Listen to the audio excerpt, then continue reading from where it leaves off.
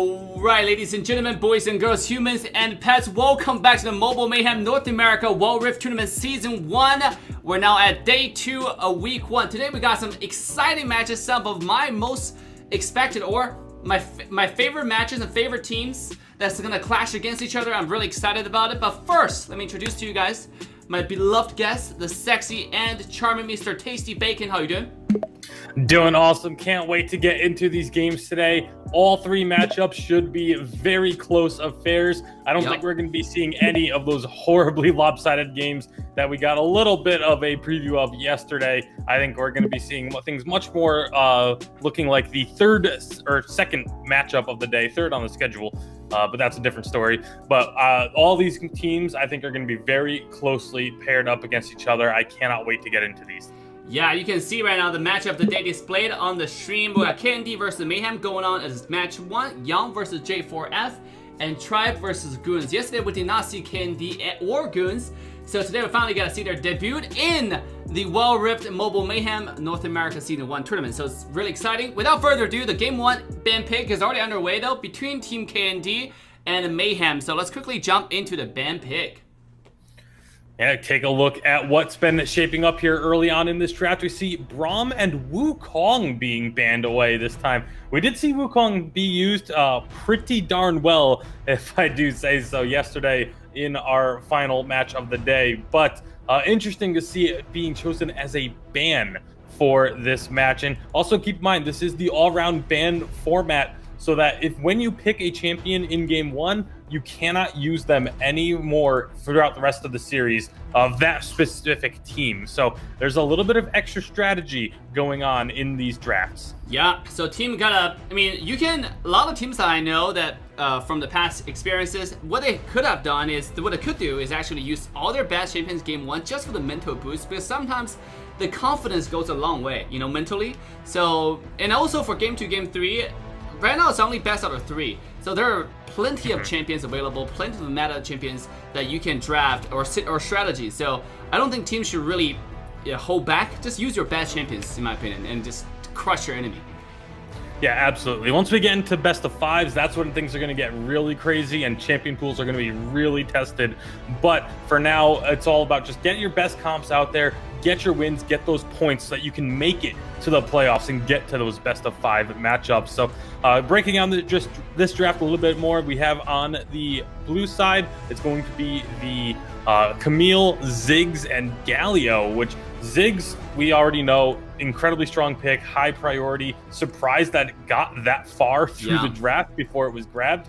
But hey, sometimes teams don't pick a certain champion. Like if they don't play Ziggs, or maybe they're just waiting to be able to pick it up for game number 2, there's all sorts of different strategies that could be kind of going through their minds as they prepare for these drafts. Their opponents, though, they're going to be having the Gragas, the Seraphine as a solo laner, because they do have the Rakan and Xayah for their bot lane. Yeah, Rakan and Xayah, my personal favorite combos. I was very disappointed that it was not picked a single time yesterday. People were picking Kai'Sa along with Rakan. Today we're finally seeing some changes. Kai'Sa is still up for grabs, so KND might consider that. In fact, they're going to go with Israel.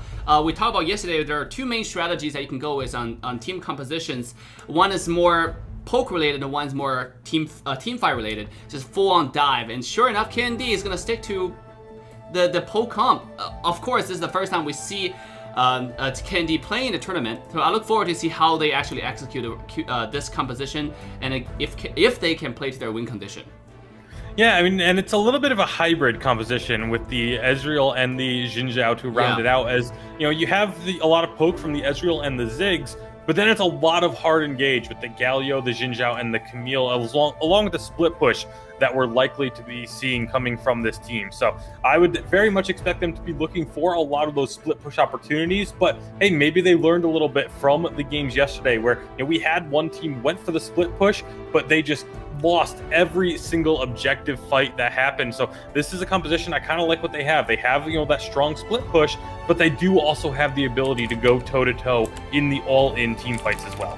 Yep, and then let's take a look at Mayhem's composition. This is a full-on... They got some kind of poke as well. You know, we talk about how they have Seraphine, and it's most likely going to be a Seraphine mid lane, played by Suki, and they have Gragas on the Baron lane.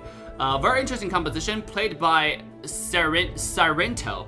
Excuse my English here. Name are my weaknesses, you know. Try to pronounce all the item names properly, let alone all those, player names. So we got Gragas and Seraphine gonna be taking on the job to poke enemy before teamfight begins. Obviously, if Seraphine can line up that ultimate properly, we might see some game-changing initiations just from Seraphine alone. On top of it, they do have Rakan for the great engage.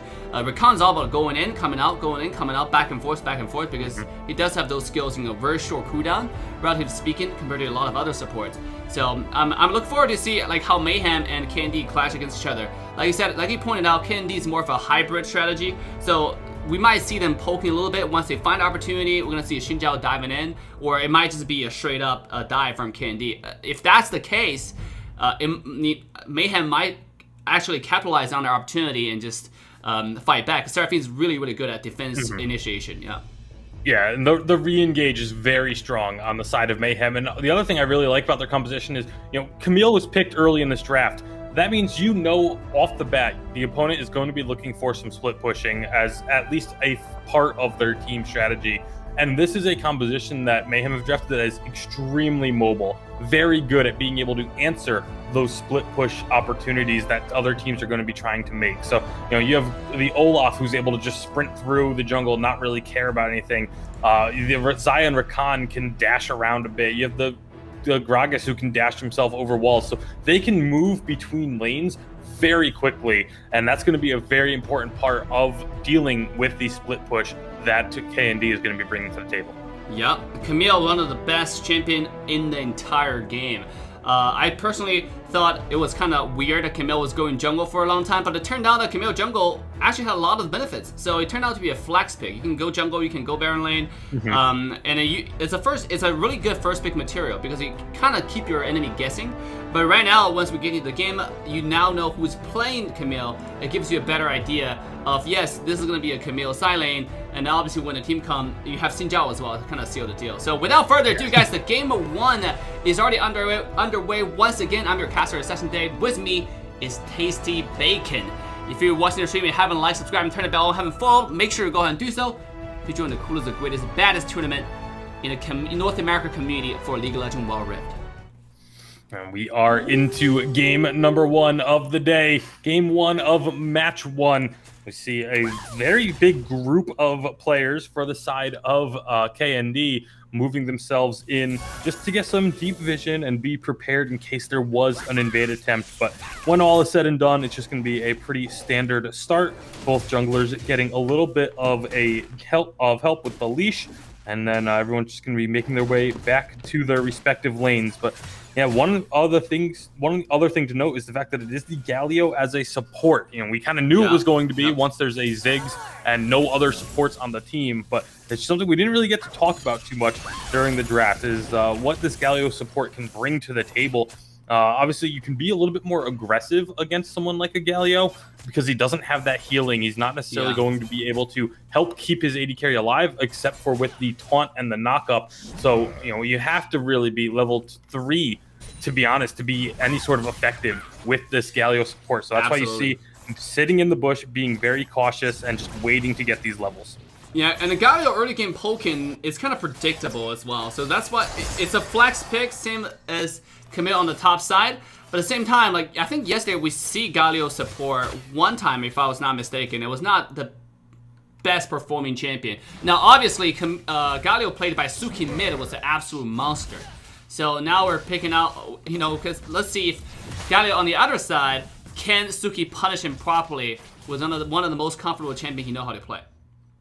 Yeah, absolutely. And obviously, having a player who plays a champion like this so effectively is very valuable just because of the fact that you can say, all right, hey, this is what they're going to be looking to do down in that bottom lane. You'll have that little bit of extra insight that, for these less common picks in the, or picks that are in less common roles, I should say, because Galio isn't exactly that uncommon of a pickup. Yeah, absolutely. It seems like we have Olaf sitting bottom for quite a while now. He's looking for an opportunity. doesn't seem like opportunity is granted. So obviously gonna go back home, buy some items. We can take a look at item pathing. What do you think Olaf is going right here?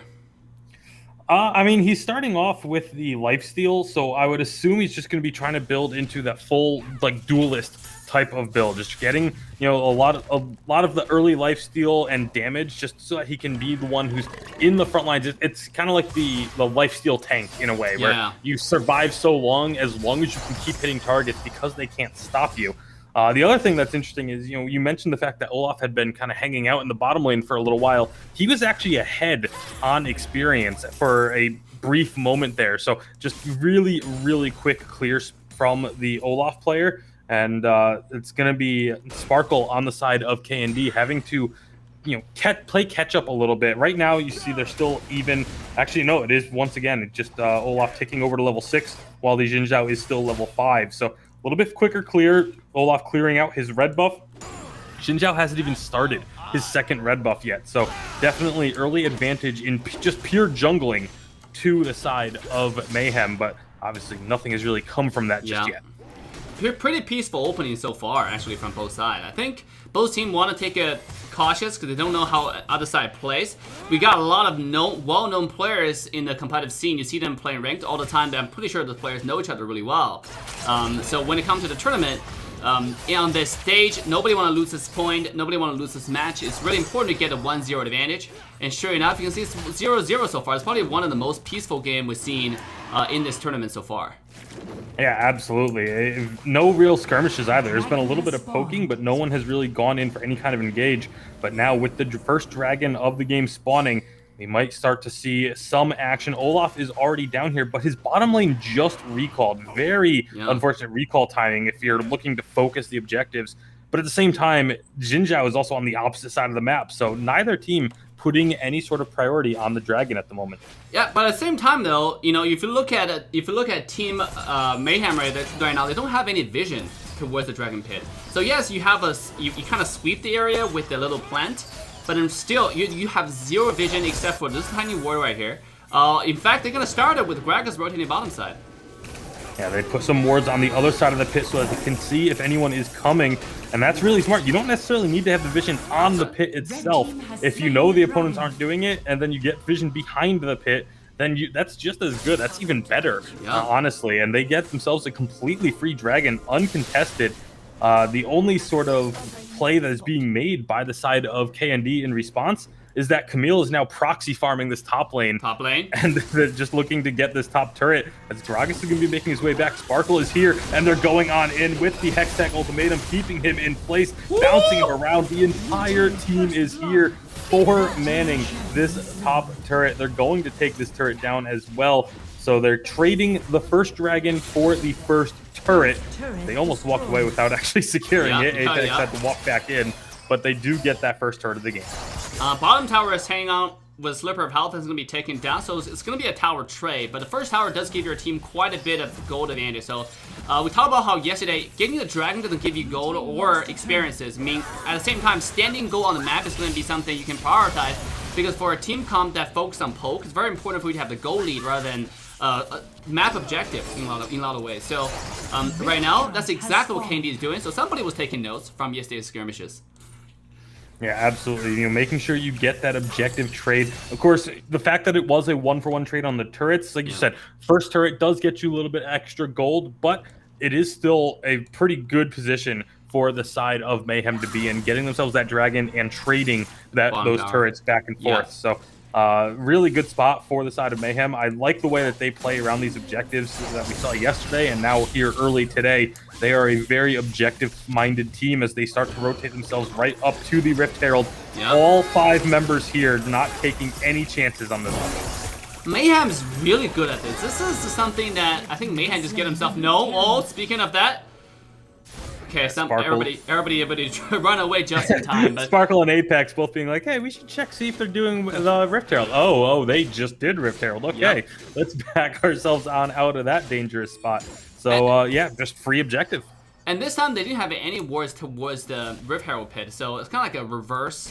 How for Team KND, they did not have any vision over there. Just gonna give that Rift Herald for free. Bottom side though, This might be a little bit Getting interesting. jumped on. Big ultimate, though, is going to be buying a lot of time. The turret will, the last shot will take down Ezreal. That is a 1-for-1 trade, and when you're the one in the 1 versus 2 and you can go 1-for-1, you are more than happy with that. Yeah, absolutely. There's a little bit of miscommunication, in my opinion, from KND. They should have Galio tank that. Obviously, Galio was ulting it along with the Ziggs. So Israel was only person tanking in under the tower. Maybe just tanking a little bit too much, found himself in an awkward position.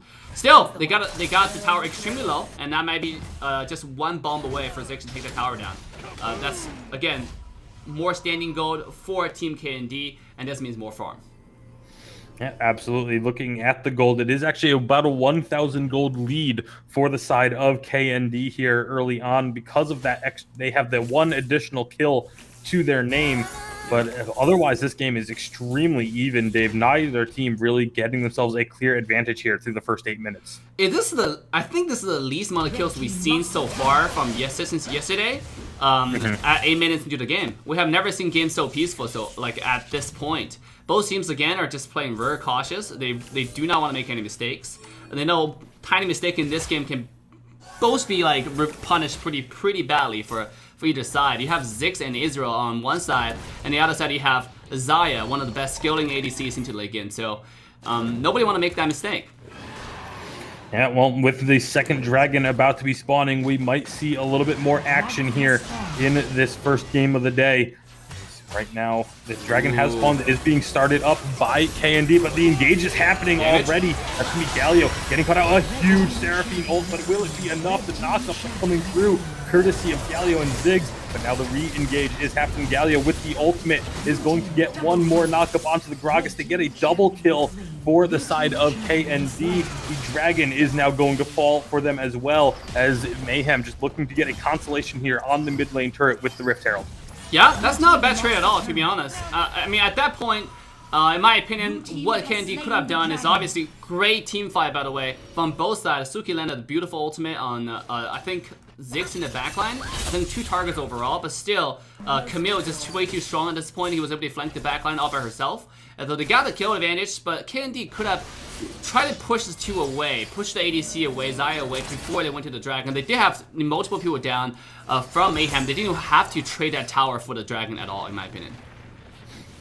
Yeah, well, it is going to keep the game relatively close as a result. 2,000 gold, so the gold lead is slightly growing for KND. Also getting that dragon is going to be helping them out quite a bit. Both teams with a dragon of their own.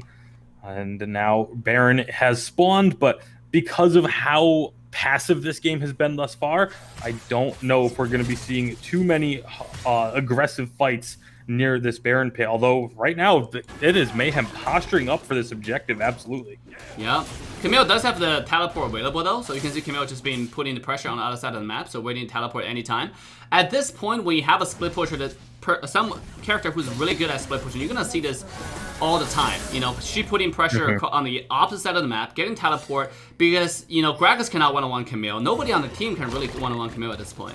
So this is exactly the advantage that you want to have when you have a split push and poking strategy. You want to focus on the standing gold, and that's what KND did early game, and sure, it's paying them a lot of benefits right now. Oh, Galio almost stealing away the blue buff that Olaf was taking. Doesn't quite get it, but yeah, you know, the split pushing, we knew just from the draft this is going to be a big focal point for the side of KND.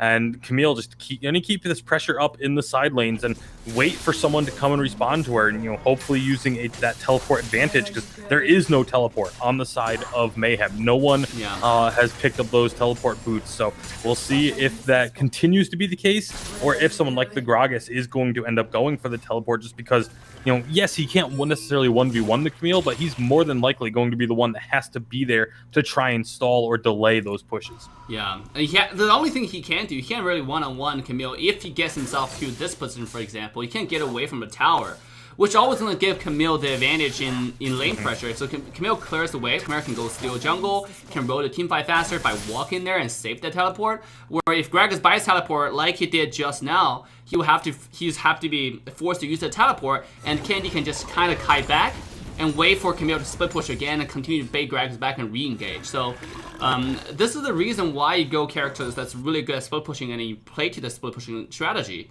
like KND was doing. And again, it's paying them a lot of dividends. And I think if they continue to do stuff like this, even though they're only 2,000, 3,000 gold advantage, they can get the next Baron.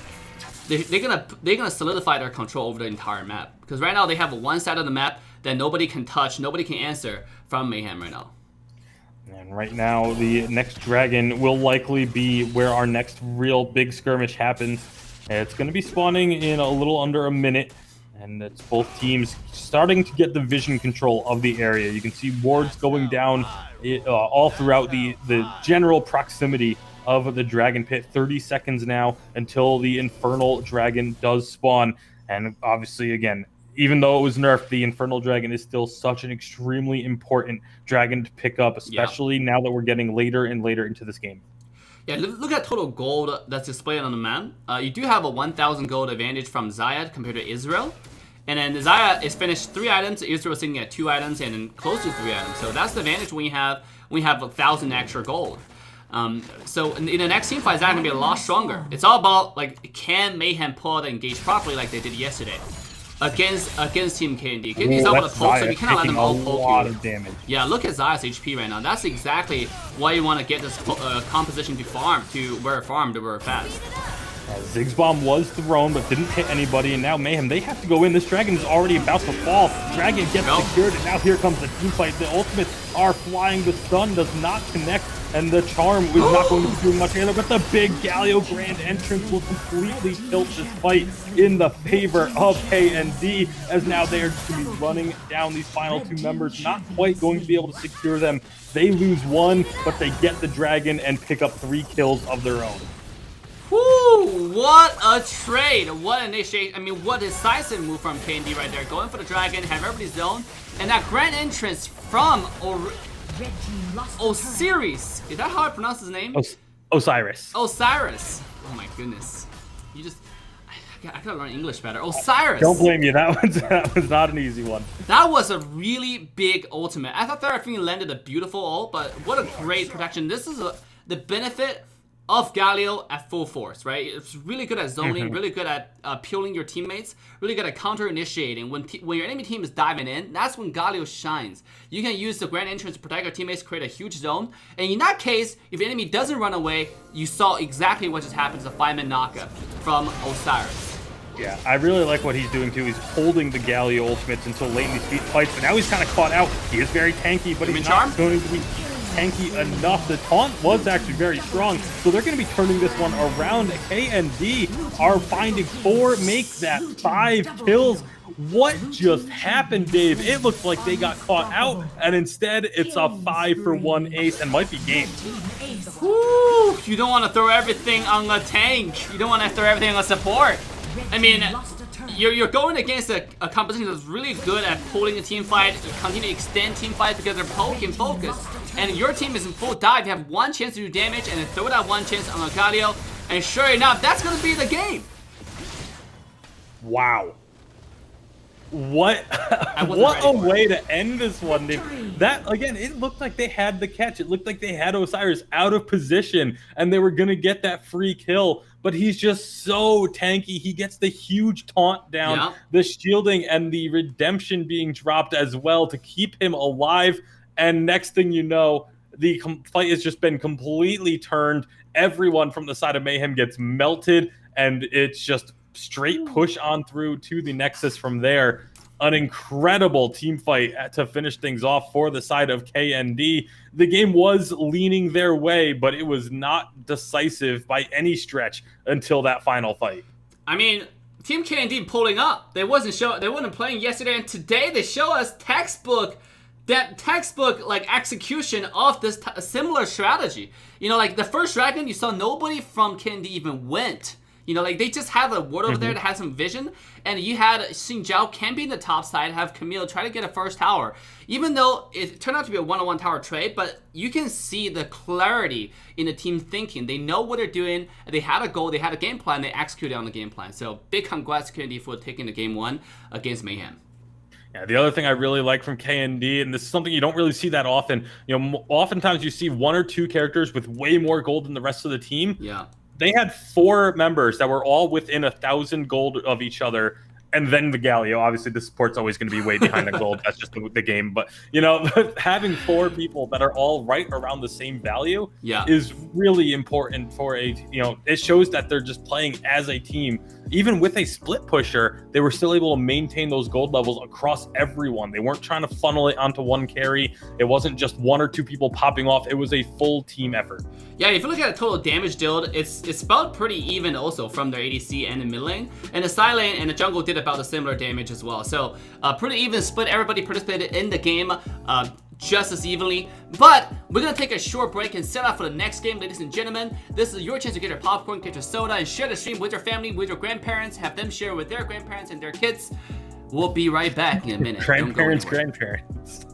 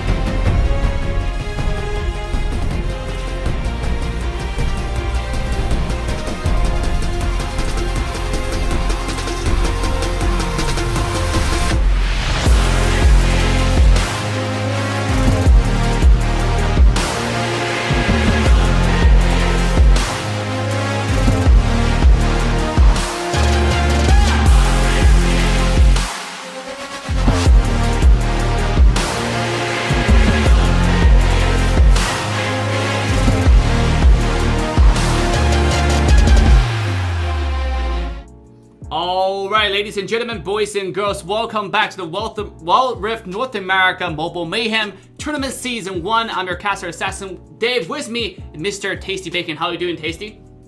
Yeah, looking forward to game number 2. That last game was so close for so long. It was a very passive game for a long time until finally K&D felt like they had the advantage, and they took that advantage fully and just ended the game so quickly. Yeah. So it'll be interesting to see what happens here in game number 2. You know, the Galio was a huge playmaker for them in game 1. Osiris. They cannot play it. I learned his name, I'll never forget. All you needed to do is tell me one time. Last game, that Galio pick support definitely surprised me with that performance. All in one Dragon teamfight with a 5-minute knockup. That changed everything. But without further ado, guys, the second game is underway. Is K&D going to take a 2-0 sweep, or can Mayhem take us to game 3? We shall find out in the second game ban pick. Here we go. And getting into this one early, Fiora actually getting banned away here. And I mean, it makes sense if you... This is one of those situations where I think it is purely a ban based on this all-around draft format of, all right, they picked Camille in game number 1. They want to be split pushing.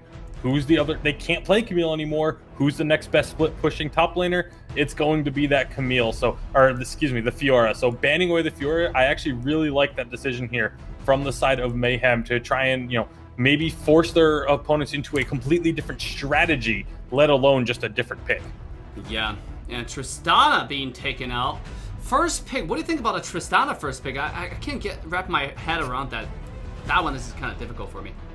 Yeah, well, it kind of says to me that maybe their AD carry champion pool isn't too deep, and they're a little bit worried about, like, that. That's what it says to me, is because, like, if you only play Xayah and Tristana, and you played Xayah in game number 1, your opponents could just pick the Tristana away from you, and now you're just stuck without a champion you're comfortable with. Well, so that's what it says to me, is that they really need to have this Tristana pick for them because they aren't comfortable with something like the Xayah or the Ezreal.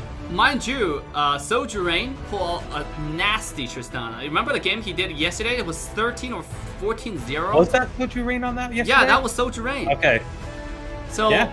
So I mean, you're absolutely right. It's one of their comfort picks, but I understand it's a comfort pick. Is it the first pick prior though? Because you also have to consider your enemy teams, your like opposing team's champion pool. Do they even play Tristana? You know, because Tristana's not banned, and also there are multiple other ADCs, really good ADCs that's on the map. Kai'Sa, Israel. Israel was taken out. Xayah was available, so they could have taken that.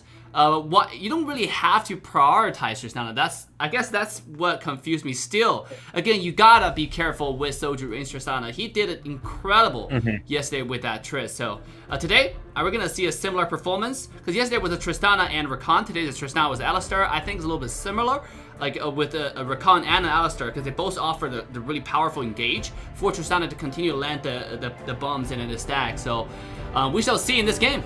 Let's take a look at K&D's picks.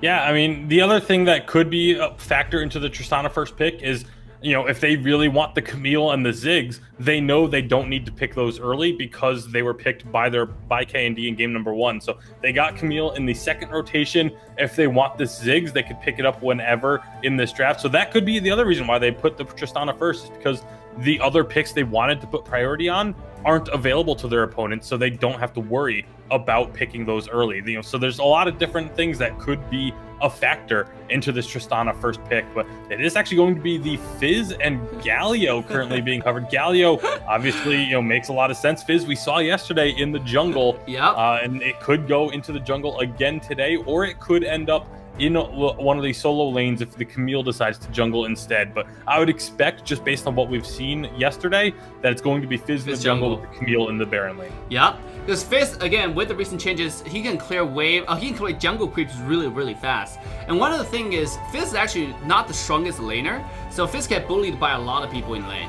And now if you put Fizz against jungle creeps, all of a sudden, with the recent buff, you feel like a freaking gangster, you know, like, come at me, jungle creeps, right? That's all he says. So you just go ahead and clean all the jungles and be the king of the jungle and get himself to level 5, so he can safely pass through the early game and be effective in ganking. Also, even when Fizz turn level 5, he's strongest when he has a person with him early game.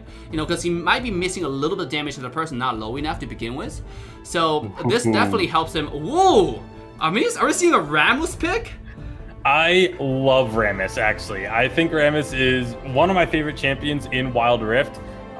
He's a little bit tough to make work in competitive because there are a lot of ways to play around it, but this is a team that has a lot of the damage from the side of Mayhem is going to be physical damage. And if that is what a composition has, Rammus can just build nothing but armor and actually be a very effective, not just a tank, but a damage dealer himself if he's stacked up on that armor. So I actually really like the Rammus pick here. I think it has a lot of opportunity to make some strong plays, lock down the Camille or lock down the Tristana, make it so she can't jump away for that 2-3 seconds of the taunt duration. Yep. And all of a sudden Tristana becomes a much less powerful pick if she doesn't have that utility to be able to bounce out in and out of fights. If you look at both team compositions, Tasty, I think this game is very even on the strategy. Both teams are going for the full dive composition. You got a Rammus the jungle, you're looking to commit. Same as Rakan, like you get those two together, you're looking to wombo combo the enemy team.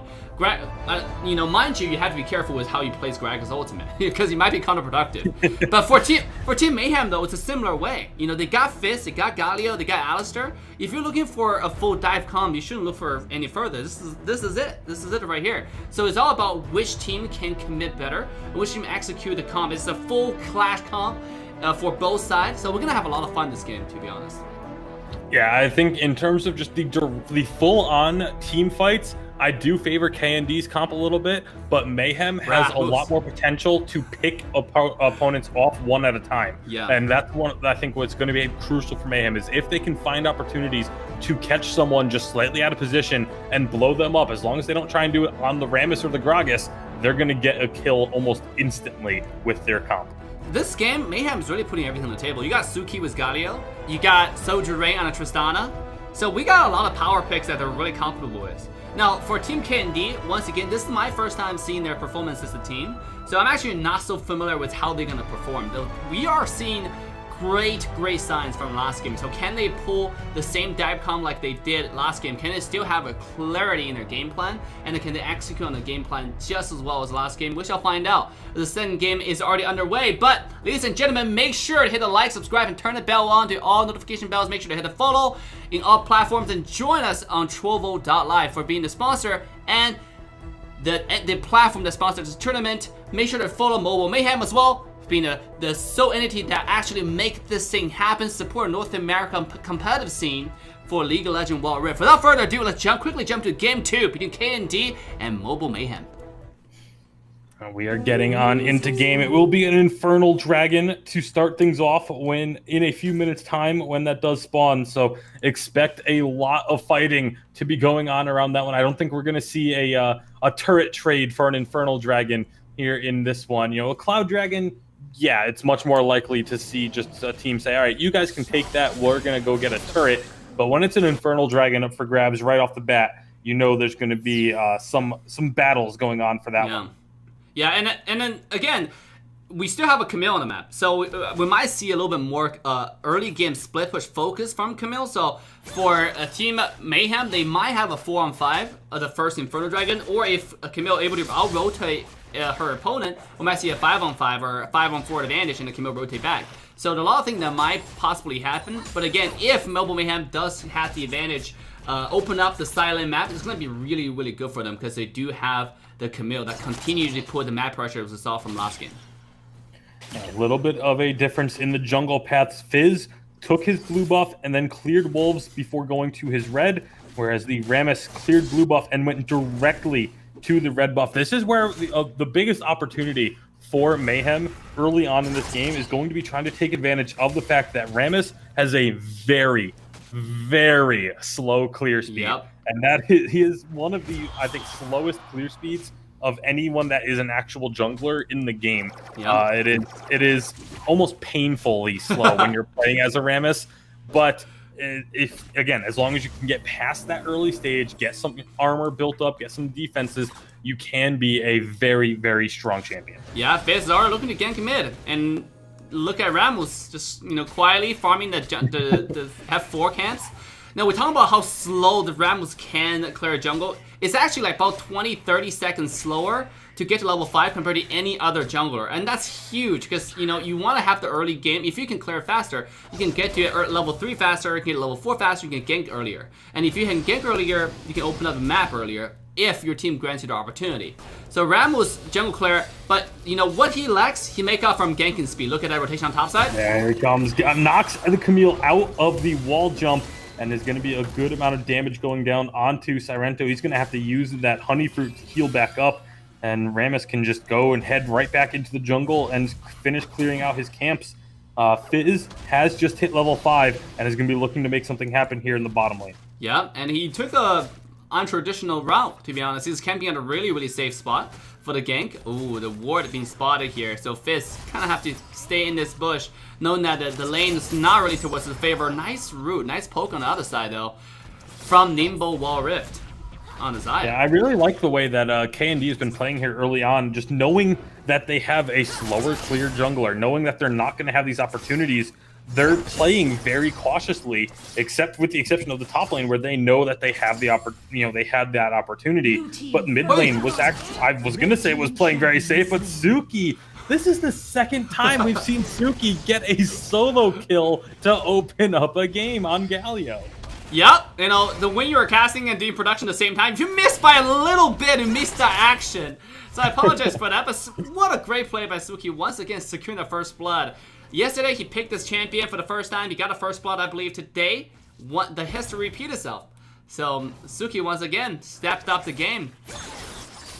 Yeah, Galio, again, not a champion that's known for his early game strength. And Suki just says, yeah, well, I don't care what he's known for. I'm getting my first bloods. I'm getting my early solo kills. Yeah, nonetheless, I don't care, right? I'm good at it. Call me the Galio god. I was surprised that he didn't get a skin on it. Very disappointed. The dragon has spawned.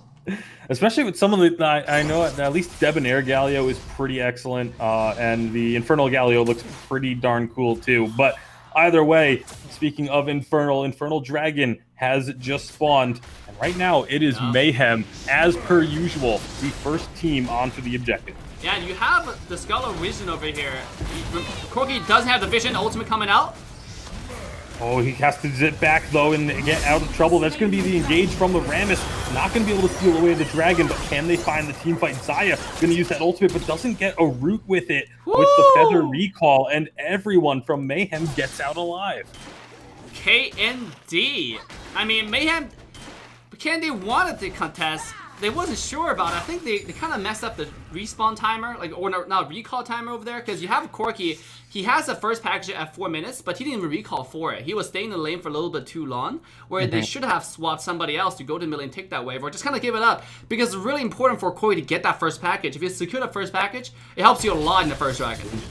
Oh, but bottom lane right now, there's a big engage going on. Soju Rain's going to heal up with the honey fruit and keep himself alive, so everyone will just be backing away. But it was a good hard engage from Osiris. Is going to be spotted. They know he's there. Just throw a little bit of a poke to get him to back away, and it will just be recalls coming through. Whew. Again, pretty peaceful, but KND come off on, Mayhem this time come off on top with the first dragon. So they're really dedicated to taking us to game 3, making us work harder. I like that.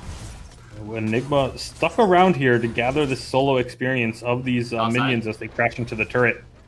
Yeah, topside, there's going to be 3 members collapsing onto the turret, taking it down. Sirento, he knew he was going to be in trouble, so he just backed off, didn't want to go down. And that's going to be first turret getting secured. But meanwhile, on the bottom side by the Dragon, nope, not going to be an engage there. Looked like Fizz was looking to go in, but everyone just backs off safely once more. Yeah, the Rift Tower is available on the map, so that's the next major objective if your team chooses to take it. The first tower is already taken down. Rift Tower priority is never that high. It's probably one of the lowest prio objective on the map. Oh, speaking of the top side. It's going to be Rammus flying on in, gets the taunt onto the Camille. Camille has to flash away, but I don't think it's going to be enough. Meanwhile, Fizz comes over the wall with the fish, gets the kill, and just like that, Mayhem turn it around finding themselves 2 kills. They're going to immediately turn onto this Rift Herald. The rest of K&D are here, but this is a 3-on-5. Yes, you have a couple of members already low, but I'm not sure what this fight. Big knockup from Alistar, and that's going to be the fight engaged in K&D, just using those numbers to their advantage. It is just Corky left here as the Rift Herald falls. Team Mayhem. We see a very different Mayhem from last game. I mean, I think K&D just played to their element last game, but this game, Mayhem really stepped up their game. They want to take us game 3. They don't want to lose this match right here against K&D. Sure enough, they were, again, pulling a very characteristic move. On time, on objective, doing the right thing. That's 5 men together. And sure enough, they're able to win those team fights.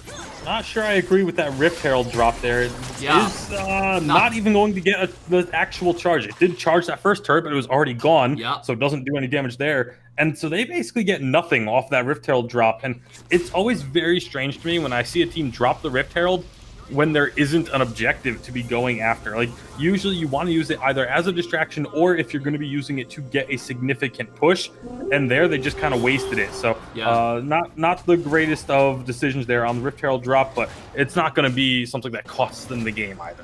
Yeah, absolutely. I mean, again, Rift Herald's priority, once you take down the first tower, the priority for Rift Herald just dropped tremendously. The value for Rift Herald just dropped tremendously. Because Rift Herald, what it really offers is the first tower advantage, if you're able to use that properly. But if the first tower is taken down, you really want to save that Rift Herald for the next Dragon Siege. You know, then you create a lot of map pressure that way. That was obviously not a example drop, but still, they got a tower, and then the objective is, accomplished. So whatever it takes. Yeah, I mean, they got the tower, but they didn't need the Rift Herald for it. Yeah, they didn't need it. They could have just gotten that tower on their own. But right now, Dragon spawns, and K&D a little bit late on this rotation. Dragon's already about to fall. Woo! Dragon secured, and now Alistar misses the headbutt pulverize combo, but Fizz is going in onto the Corky. Galio with the grand entrance will only knock up Rammus. They're still trying to chase down onto the Xayah and Rakan. They finally take out Rakan. Tristana escapes with a sliver of health, but Xayah will not be so fortunate. And now here comes the Rammus. Rammus driving on in. He's going to get some taunts, going to get some knockups, but not going to be finding a kill. They finally get one, but it's only going to be the Tristana. They actually do get the, they got 2 kills off of that, but Galio is just making them pay, finding another kill for himself, and this is going to be Mayhem walking away with another advantage. Galio sitting at 3-0-5. We see some extended team fights back and forth. I mean, Suki just get those kills and fish.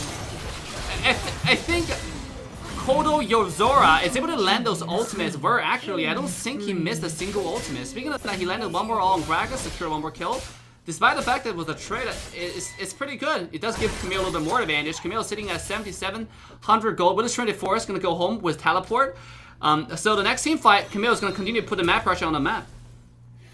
Absolutely. The pressure is going to become more and more immense as the game goes on.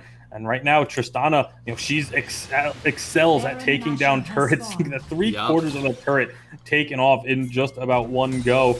And that's something that they're going to have to continuously contend with, is Alistar and Tristana pushing one lane, Camille pushing the other, and then you've got Galio and Fizz just roaming around, ready to make a play wherever they're needed. We see a lot of synergy coming from the mid jungle combo from Mobile Mayhem. You do have Suki as well as Kodo Yozora. Kodo Yozora. Did I pronounce that name right? How would you pronounce that name? Yeah, I'd say Kodo Yozora. Kodo Yozora. The jungle and mid row synergy is pretty good. Every time Fizz went in, you have a Galio grand interest right on top of it to make sure that Fizz can do whatever he wants with that protection on top. So really good synergy from Mobile Mayhem mid and jungler. I hope they continue to do this towards the enemy team. We'll talk about, it's all about who engaged better. So far, I haven't seen the best of the Rammus engage, to be honest. And I look forward to seeing more of that come from Sparkle in this game. Yeah, really, the Rammus has to kind of get the engage off with the Rakan at the same time, because Rammus, he can really only engage on one person. He can go in, he gets the knock up, and then the taunt on one target. You really need the Rakan and the Gragas to be able to add that extra crowd control on top of it. Otherwise, yeah, Rammus is going to go in, but if he goes in too far ahead of the rest of the team, there's nothing he's going to be able to do. So you actually almost want Rammus to be like a secondary engage, to be joining a fight in progress. Yeah, absolutely. This way you can zone a lot better and do a lot more, be a lot more impactful, to be honest. Because Rammus, if you engage, his ultimate and his skill 1 allows him to jump really, really far away. So in fact, you shouldn't be using Ramos thing. Like, you're absolutely right. Secondary engage with Ramos, I think, is a lot more beneficial just engaging at first. But right now, we just need to see more coordinated engage actually from Team KND if they still want to have a chance in this game with 5,000 gold behind.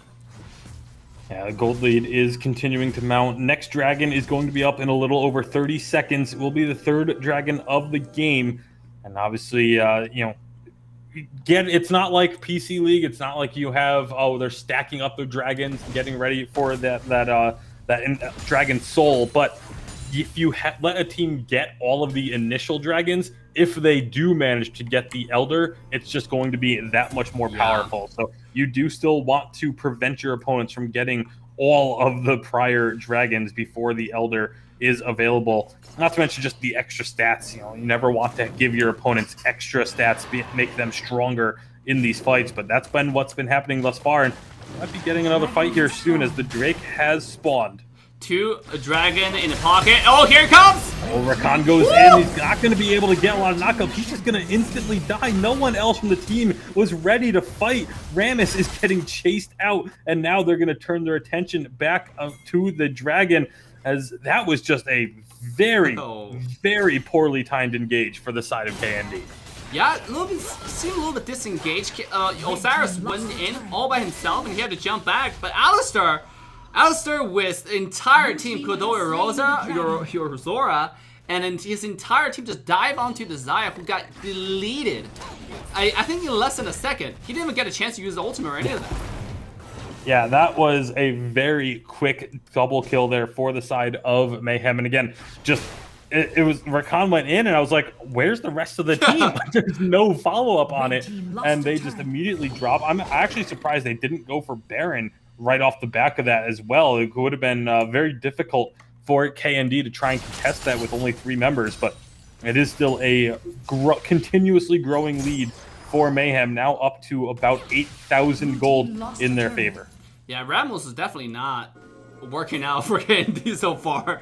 I mean, so far we haven't seen many coordinated engages from Rakan and Ramos. We talk about both teams are engage heavy or team fight heavy, but so far it's just been like Team Mobile Mayhem taking their team comp to their extreme. But they know they are really good at team fight, so they've been taking the terrestrial control and be on time, be at the right place at the right time every single time, controlling the map, and taking the extra tower, having 3 dragons. Right now, it's just continues solidifying their control of this map. At this point, if they engage and find the right engage, keep on doing what they did before, they're gonna have those easy wins in this game, to be honest. Baron was started up. They do disengage though. They weren't quite confident enough in their fight, so they had pretty dominant vision control, but now it's going to be KND able to get a few wards in the pit. They don't clear out any vision just yet, but they do at least get some control of their own, and now it's just going to be Mayhem backing off, retreating, getting some items purchased, and getting ready for the next fight. Yeah, very disciplined play from Mayhem, to be honest. Now, Fizz used the ultimate on Corki. They know they didn't have that tool available, and the team wasn't in a position to follow up to the ultimate, so they just retreated. I think that's really, really disciplined. It's really nice just for us to see coming from a team so early in the competitive scene for North America Wild Rift. This is going to be a star to watch out for, continue on for North America competitive scene. Absolutely, and right now Mayhem clearing out vision once again in the Baron pit, getting complete control of this side of the map, making it very difficult for KND to walk in. There is still a package available in the base for Corki, so could potentially look to recall to go grab that. It's going to be so important for the next fight to be able to have that extra, the extra utility that the package provides, but thus far, doesn't look like Tri-Feed has any interest in going back to get that. Yep. I mean, he's just split pushing. Like I said, Tri-Feed was not on point with how he picked up his package this game. Oh, top side. Fizz gonna try and get the jump onto the Corki, but Corki is able to Valkyrie away and get himself out to safety. Will be recalling now. I assume is going to be grabbing that package and getting ready for the next fight, because not only is Baron obviously still a threat at all times, but the Elder Dragon is going to be spawning in about 45 seconds. Yeah, you look at a mid-lane gold difference. Galio has 12,000 gold, and Corki only have 10,000 gold. There's a whole item difference. This Galio is sitting at 3 full items. and Corki's sitting at 2 items right now. So they're just gonna let this Baron go. Yeah, it's almost a 2,000 gold lead across the board for each individual player. And the Baron completely taken for free. No contest, no, they had no vision. They didn't have any way of knowing that this was going on. They just reset to be ready for the Elder fight. But now, Mayhem, they get a free Baron, and they get to reset for the Elder fight as well, as they're going to be making their way on in. That's a good first shot onto Osiris. Not quite going to be getting the slow from the Camille. Meanwhile, on the top side, it's going to be Galio and Gragas just walking with each other down towards this fight. But K&D, they've completely backed off, and Mayhem are just starting up the Dragon. Look at that. Here it comes. They have to contest this. Engage. Rammus has to go in, but they're being stuck in a fight behind everything. Wait. Rammus just gets to steal the Dragon for free, but Mayhem say, we don't care about the Elder Dragon. We're just going to get the kills and end the game. That's exactly what they did. Rammus wanted to steal the Dragon, but Mayhem had the other plan in mind. They're going for the kills. Their coordinated objectives is used to bait out enemy team. That's exactly what it did. And give you Elder, who cares? I'm going to take the game. What a smart heads-up play from Mayhem. Just opening the door and letting Rammus go completely past their entire team while they just dive onto the team fight. Absolutely incredibly smart play from the side of Mayhem to just, like you said, bait that out. Force their opponents to they had to contest. They couldn't just let the Elder go. But the threat of the Elder was so tempting that they went for the steal and instead just lost the fight because they didn't have a jungler with them whatsoever. Really, really well played by Mayhem here down the stretch in order to finish this game off. At the same time, I think Mayhem was just way too far ahead. That giving the Baron away was not a strategic. I mean, I don't think it worked out for the team at all. Because if you think about it, like for Team K&D, if they lose the Baron, it's only 20 seconds to the Elder. I mean, they're just gonna have a bigger disadvantage at Elder. That's exactly what happened. Rammus gave up his team to steal the Baron, but his team just got swamped, you know, in a matter of seconds. Everybody just disappeared, vanished, evaporated. So once again, a big congrats to Mo Mayhem for taking us to Game 3. So it's 1-1 on the board. Whew, what a game. And this is where the next draft is going to get very interesting, as now, once again, both teams going to have 10 champions that they cannot pick just right off the bat, and actually 12, you know, once the 2 bans come in. So going to be these champion pools going to get tested. The composition's going to be tested. We'll see who can come out on top for game number 3. But before that, make sure to like, subscribe, and turn the bell on. Hit the follow button. Share the stream with your friends. We're going to go ahead and take a short break and set up. Do not go anywhere. We'll see you guys in a minute.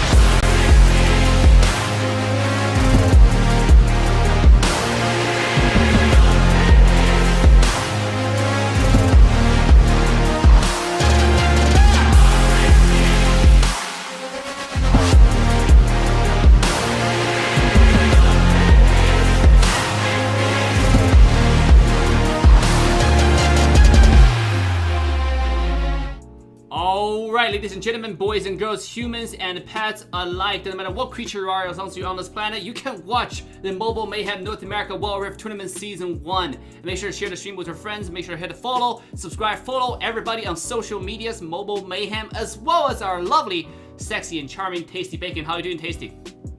Doing great. Looking forward to game number 3 here. It's been a tale of 2 Gallios thus far through this match. Each team getting the win with the Gallio on their side.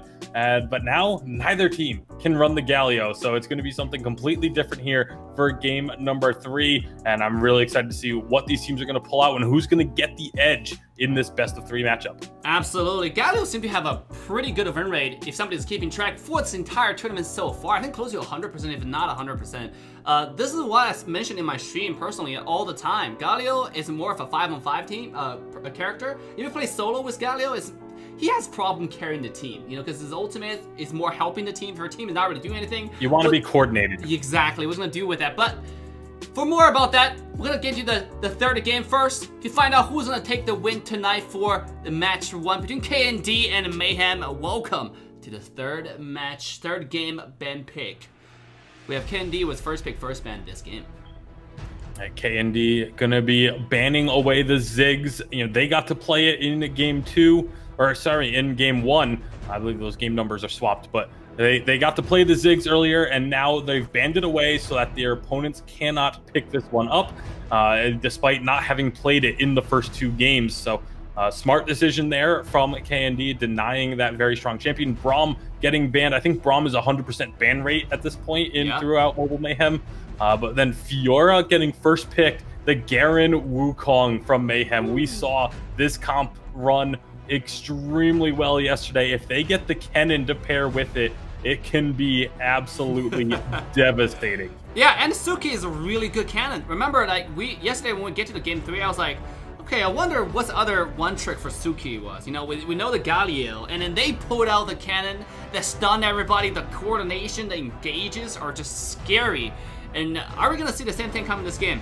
Kaisa is available, and sure enough, it will be taken out by Team Mayhem. Or at least they're hovering over it. For Team KND, we're going to have Twisted Fate, as well as Alistar. Some standard pick, but so far we haven't seen the pattern of exactly where they want to go here. Fiora is a really good pick. Good job denying the enemy team from one of the tier S Baron laners. But Garen, remember, is really, really strong at the same time.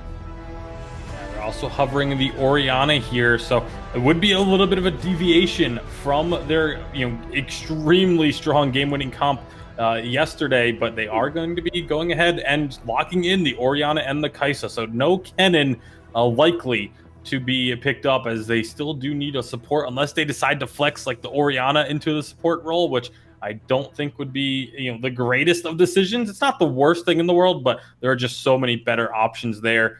Obviously, again, they have to pick something that's not the only real dedicated support that is off the table for them is the well, I guess the Seraphine, the Rakan, and the Braum are the only ones that are gone for them. So they still have things like the Alistar could still get picked up in that support role.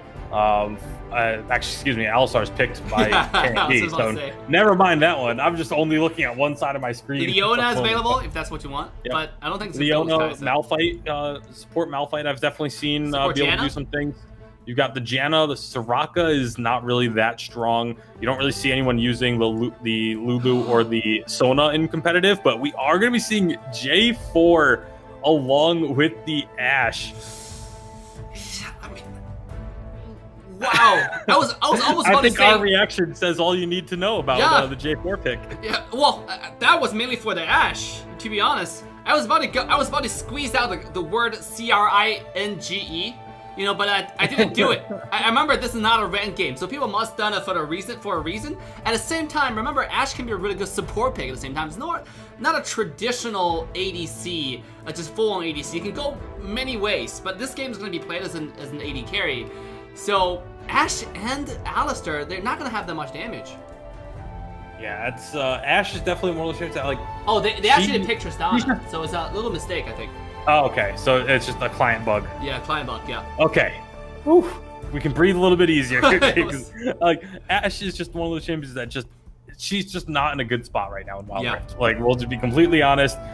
Definitely needs a little bit of love from the dev team to get into a point where she can feel, competitive at the higher levels of Wild Rift. But Tristana makes a lot more sense. But this is still a very kind of all over the place comp for the side of KND with J4, Tristana, Twisted Fate, Alistar, and Fiora. Like, there's a lot of split push. There's a lot of roaming, but that's really about it. There's not a whole lot of strong team fight potential that I see from this team. Yeah, they're missing a lot of damage early game. Tristana did get a decent buffs patch after patch, so the Tristana Alistar combo, we've seen it just in a game of one. It can be really, really scary. Still, it's still lacking decent amount of damage, especially compared to Kai'Sa. You have Orianna with a lot of poke, and you have quite a bit of engage from the Malphite, from the Wukong together, and Garen does true damage. So overall, Mayhem's composition just offers a lot more damage from the get-go. And then Twisted Fate is more of a skilling late game mage as well. So overall, I gotta say, I gotta give my vote of confidence to Mayhem in this game of ban pick. Yeah, and I mean, maybe they did want the Kai'Sa, but it got picked before they got to it. But they could have picked the Alistar much later. They could have just waited on the Alistar pick, grabbed the Kai'Sa early on. But again, we've seen teams, they're comfortable with the Tristana. The Tristana's been winning games. So, maybe it's not as far off from those top two carries of the Kai'Sa and Xayah as we think it is. And it's, starting to close that gap a little bit. But we're going to find out here in game number 3. We'll see which of these two teams is going to be leaving today with 2 points and who's going to get the lonely one.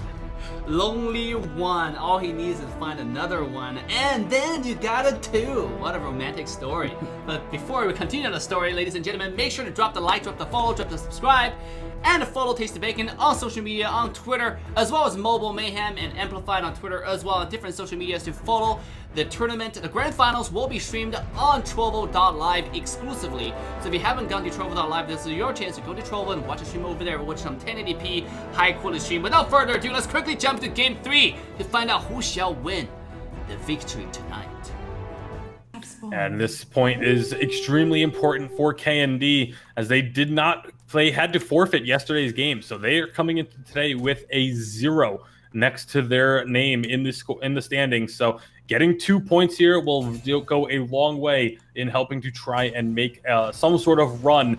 And there's only 3 weeks. There's not a whole lot of time to make a run. If you fall early, you're going to have to really put in the work in order to get yourself into the playoffs. No, absolutely. Mayhem is not just here to give you a point for free.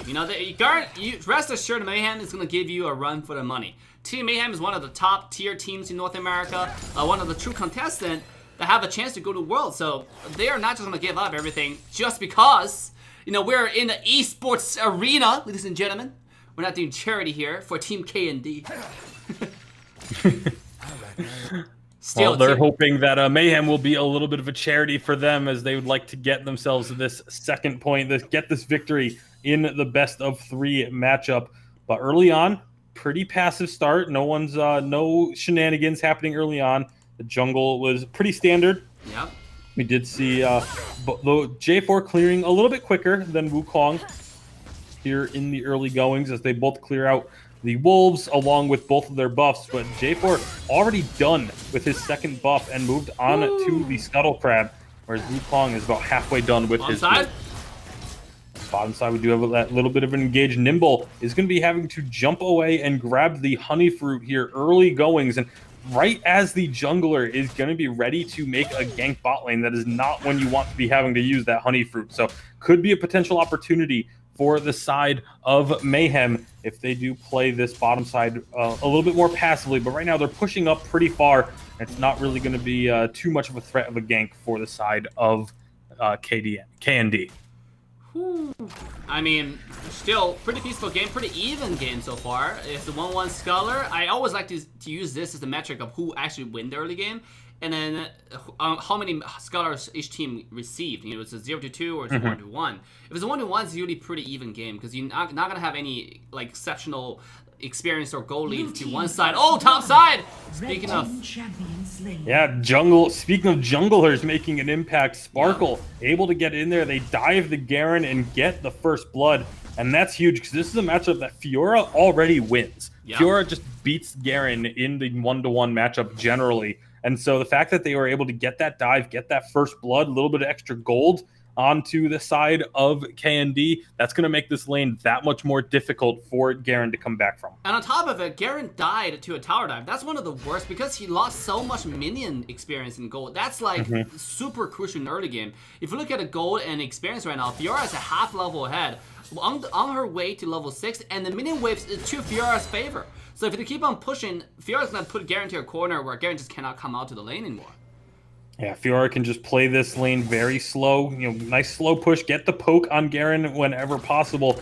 But yeah, like you said, this wave is going to push her direction. Garen has to play so far back, especially without having any vision on this top side, doesn't know where the Jarvan is, and is going to find out pretty shortly, potentially, that Jarvan is on the bottom side. No, they don't go for a gank down there. So yeah, Garen is playing blind. He finally gets a ward down in the tri-brush, but he still is going to have to be so cautious of a repeat gank. Yeah, and then I like the recall coming out from Mayhem actually this game. They recalled on time and make sure to reset before the next dragon. You want to make sure you reset before the wave because 5 seconds to the dragon, a nice word from Nimble Wall Rift, but remember, he hasn't gone back. He went back one time. He has decent items actually, my mistake. So he actually has a long sword. He has a decent amount of damage to the first dragon fight. Both teams are actually set up and ready to go. Twisted Fate also have a one item completely finished. So it's all comes down to the execution now. Yeah, TF has the item completed, but also has the teleport too. So he can stay in lane a little bit longer on this rotation if he wants to burn the ultimate there, or just try and push this wave in and get the advantage on the Orianna. But right now, neither team hard committing for this dragon just yet.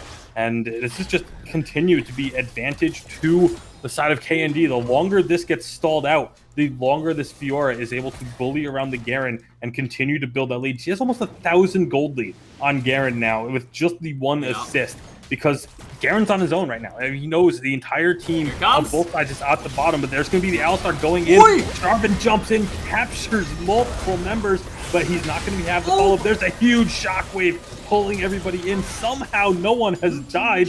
Finally, Twisted Fate will be the first to fall. And there's still going to be Sparkle trying to make something happen. Alistar goes back, and Garen gets himself into the mix as well. But here comes Fiora just cleaning up, finding 2 kills for herself. But Soju Rain, he's also got a double kill in that fight. So this ends up being advantage Mayhem as they clear out the members of KND. They don't actually go for the dragon yet, so they're going to have to recall and try and reset. Fiora came for the cleanup, but what a great team fight. Coming from Team Mayhem right there with the Death Ball, the Malphite ult on top of Orianna. That's the synergy they're looking to go for. At the same time, Alistar, Sparkle with a 4-man ultimate. That was insane. Now, I think that's the first time I've seen a 4-man ult coming from a J4. Has spawned. Yeah, that was J4 able to lock up that many members. It just kept the fight so condensed. And then, like you said, the Orianna ultimate just coming through and cleaning house really set things in motion for Mayhem. Fiora was able to come in and clean up once all was said and done, but it just kind of set things to pretty much even instead of giving an advantage one way or the other. So it was extremely important for Fiora to be able to get that, because otherwise it would have been very lopsided in the favor of Mayhem. And yeah, this is a game that KND, they're going to have to play through this Fiora very hard, because if this Fiora does not continue to just get kill after kill and be just a split pushing menace, I don't know if they're going to have a way into this game otherwise. Yeah, Fiora is definitely snowball 201, 5,600 gold, already 2,000 gold ahead as her lane opponent. And she's now having the free roam. She can actually cut the lane and completely dominate the lane and rotate to dragon if she wants to. She's stealing jungle now in the lane, so you're absolutely right. Fiora is going to scale to a late game monster, and that's exactly what KND wanted to do. They want to scale, so they're dragging the game out. A little bit of death early game is fine, but the total gold is completely even on both sides, except with a really fat and really scary Fiora still scaling on the top side. Keep in mind, neither team did get that first dragon, so now Mayhem are starting it up, but there is some knowledge of this from the side of KND. Still a one-on-one with Fiora and Garen in the top side. That's going relatively even for now, but the Dragon is going down very low. It's not going to be able to get in there in time for Sparkle, so Dragon goes the way of Mayhem. Now they're looking to re-engage. That's going to be the big Malphite ultimate, but can they follow up on it? They do lose one, but the big Shockwave pulls in 3, and now Kaisa is on the back line, just chunking out damage. Not going to be able to get through that Alistar ultimate, but it does end up being a 2-for-2 kill trade with Mayhem getting the Dragon. Whew, mobile. Team Mayhem pulling up. They're still in the game. They're telling you, yeah, you have a Fiora, but if we continue to have the Kaisa scaling up, Soldier Rain's going to be a late game monster as well, and you cannot... Ooh, look at the damage! Yeah, big damage being dished out there, but meanwhile, down here in the bottom side, it's the double kill for Kaisa is going to end up falling to the Twisted Fate, but up on the top side as well, these two have just been skirmishing back and forth constantly, but yeah, Kaisa starting to become a very, very strong champion with 6 kills now to his name. Soju Rain starting to really kind of make a name for himself on this team. It's, you know, Soju and Suki both have been playing phenomenally through these past 2 days. Yep, Kodo, once again, with Suki. The mid-jungle synergy is really, really good, as we pointed out many, many times now from Team Mayhem. They're able to get objective. They're always roaming together. I feel like they're a two-man unit with the support, obviously, and the stars on the team. Always going to be that Suki and Soju Rain. They have been popping off over and over again on the respective roles that they play, on the respective champions that they play. The Kaisa is sitting at 611 right now with 8,500 gold compared to 7,400 gold. Tristana completely on her own. Actually, Soldier Rain was doing a lot of really, really good damage on the side of the team fight. The position is on point. So, I mean, if Soldier Rain continues to scale, it might be even scarier than a Fiora late game, to be honest, on Kaisa. Yeah, it very well could be, especially because of the fact that Kaisa with that ultimate can just dash around and avoid the Fiora. You know, if Fiora gets onto the Kaisa, she can just use that dash to get onto the other side of the team fight, and all of a sudden Fiora isn't going to be able to try and shut her down. So someone else is going to have to be able to deal with this Kaisa. And right now, I'm not sure who that's going to be. Obviously, you have the stun that can come out from Twisted Fate, but that's really about it as far as someone who might be able to, you know, potentially deal with her. And I don't know if that's going to be enough, especially Kaisa could just go for the QSS as the boots and just completely negate that stun altogether. Yeah, Kaisa right now have the lifesteal boots. I mean, to be honest, if I was Kaisa, I would have gone for the Mercury Treads for the resistance, you know, because you do have Tri-Feed on the Twisted Fate. At the same time, you're absolutely right. If you just go QSS, it actually doesn't really matter what kind of boots you go for, right? You can just nullify the stun completely. So, and sure enough, he still keep on to the tier 2 boots, and meanwhile, getting close to the third fully built item. Mid tower is going to be the next objective for Team Mayhem right here. Yeah, and they're just going to brute force this one down with the Rift Herald. That's going to be Alistar dropping extremely low. They go in on it. They get the knockup as well, and the Tri-Feed. Tri-Feed is down, and it's going to be a big advantage to the side of Mayhem. Fiora is lurking, but needs to be careful. That's a 1 versus 4. You don't want to be going into that situation. Uses the riposte survival a little bit longer. J4 locks them in under the turret, but who's locked in with who as they are getting melted? The Guardian Angel is popped for Jarvan, but it's going to be a second turret now falling for the side of Mayhem as they are looking dominant here in Game 3. Dominant they are. Once again, Soldier Rain popping off with the Kaisa. You can see he actually used the ultimate to jump behind the turret. Let's see if we can get a replay over here. That team fight, they know they got the tower. They should have for Team KND, they shouldn't have defended tier 1 with not, you know, with insufficient members. And on top of it, they just kept on going, get a few kills. Fiora came late, still remain in the same position, getting caught off, so losing more members. Once again, great plays coming out from Soldier Rain. Great positioning on ADC, able to find as much damage as possibly can, and that's one of the most important characters for ADC player. Here it comes once again. J4 tries to get in for the steal, does not get the steal.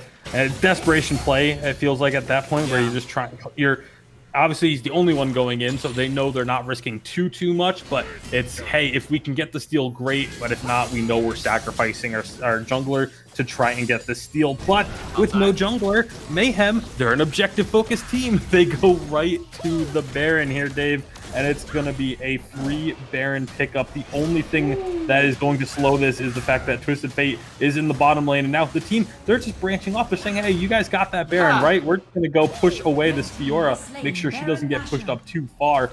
And yeah, Baron secured, no contest, and this is just advantage after advantage for Mayhem. Well, you gotta feel bad for Kodo on the Wukong just there. I just want to point it out. There are 3 wards in this one bush. I mean, there and the 3 people on the just show you how much synergy the team had. I mean, not in a good way in this particular bush, but still, everybody was on the same. At the same place mentally. They're thinking about the same thing, and they were in the same place. So I just want to point it out. At the same time, Wukong, you gotta feel bad. Everybody left, and he was doing the Baron all by himself. So I feel very lonely for a second. At the same time, though, it feels pretty good to know that your team is confident in you to be able to deal with the Baron by yourself, and they know you're not going to get it stolen away. But yeah, it's going to be Alistar once again, before he's even able to do anything, just dropped so incredibly low with this Baron buff. Jarvan's going in, but he's pretty much by himself. Malphite gets the double ultimate. Tristana is extremely low as well. She's going to fall as Kaisa popped in, and now they're just melting everyone else down. Alistar gets the ultimate off to stay alive for a long time, but the rest of his team is not going to be able to do much. There's Fiora, finds one, is looking for Suki, but Suki just flashes to the other side of the Nexus, does end up falling, as Fiora is going to save the Nexus and keep this game going at least a little bit longer. Whew. I mean, they had a win once again. I want to point out, Sojourn had for a long time, he had a really good position in that team fight. If you take a look at the replay right now, great engage, great synergy from the Malphite and the Orianna Deathball combo, like Malphite or Orianna all on top of it. That's so deadly. Doesn't matter who you are, you're gonna die at this point of the game. And then Kaisa is able to go in and find many kills. Despite Alistar's best attempt, he's still able to walk away, but Fiora is just too strong. Fiora is probably the only person who can kill this Kaisa at this point. Given if Fiora can reach this Kaisa, at a good position, like Tasty was pointed out, Kaisa can just reposition with the ultimate to completely get away from Fiora, and then Fiora will just put herself in a really awkward position without a targeted hit. And right now, Fiora is, like I said, it's really the only saving grace for the side of KND at the moment. 9-15, and the Kaisa has 11 of those 15 kills. Absolute monster on this Kaisa. Is now 4 items completed and is starting on that 5th. Has the QSS as well, so is going to be able to cleanse any crowd control that comes through. If Twisted Fate saves a gold card for her, she's just going to pop those boots and just clear it off and not have any worries. To be honest, I don't even think he needed that QSS, because Twisted Fate rarely actually get close to Kaisa, and because how many peels that Kaisa has. And then if you think on top of it, there are other knockups, other quad controllers, Alistar, J4, they're all knockups, and QSS doesn't work on knockups. So if you... It's also... The only other use of it is the Fiora, if she gets the riposte and someone else triggers the riposte stun, then you can get it there, but I think that's so rare. Yeah. I still think it's good. It's worth it to grab just for the Twisted Fate, because if he does happen to get a gold card on you, that's your entire damage source for this team just gone. So I do still agree with picking up the QSS there, especially when you have this much money. You're so far ahead. Yeah. You might as well just grab it. But this is going to be Dragon number 3 getting secured for the side of Mayhem as they just continue to get further and further ahead. Baron is available. Fiora is just trying to split push, trying to put pressure on this map as best she can, but is going to be having to reset as Mayhem is moving towards this Baron. They check for vision. There is no vision for the side of KND, and Mayhem, are they just going to wait for their opponents to come to them, or are they going to start this one up? Looks like right now they're choosing to just wait.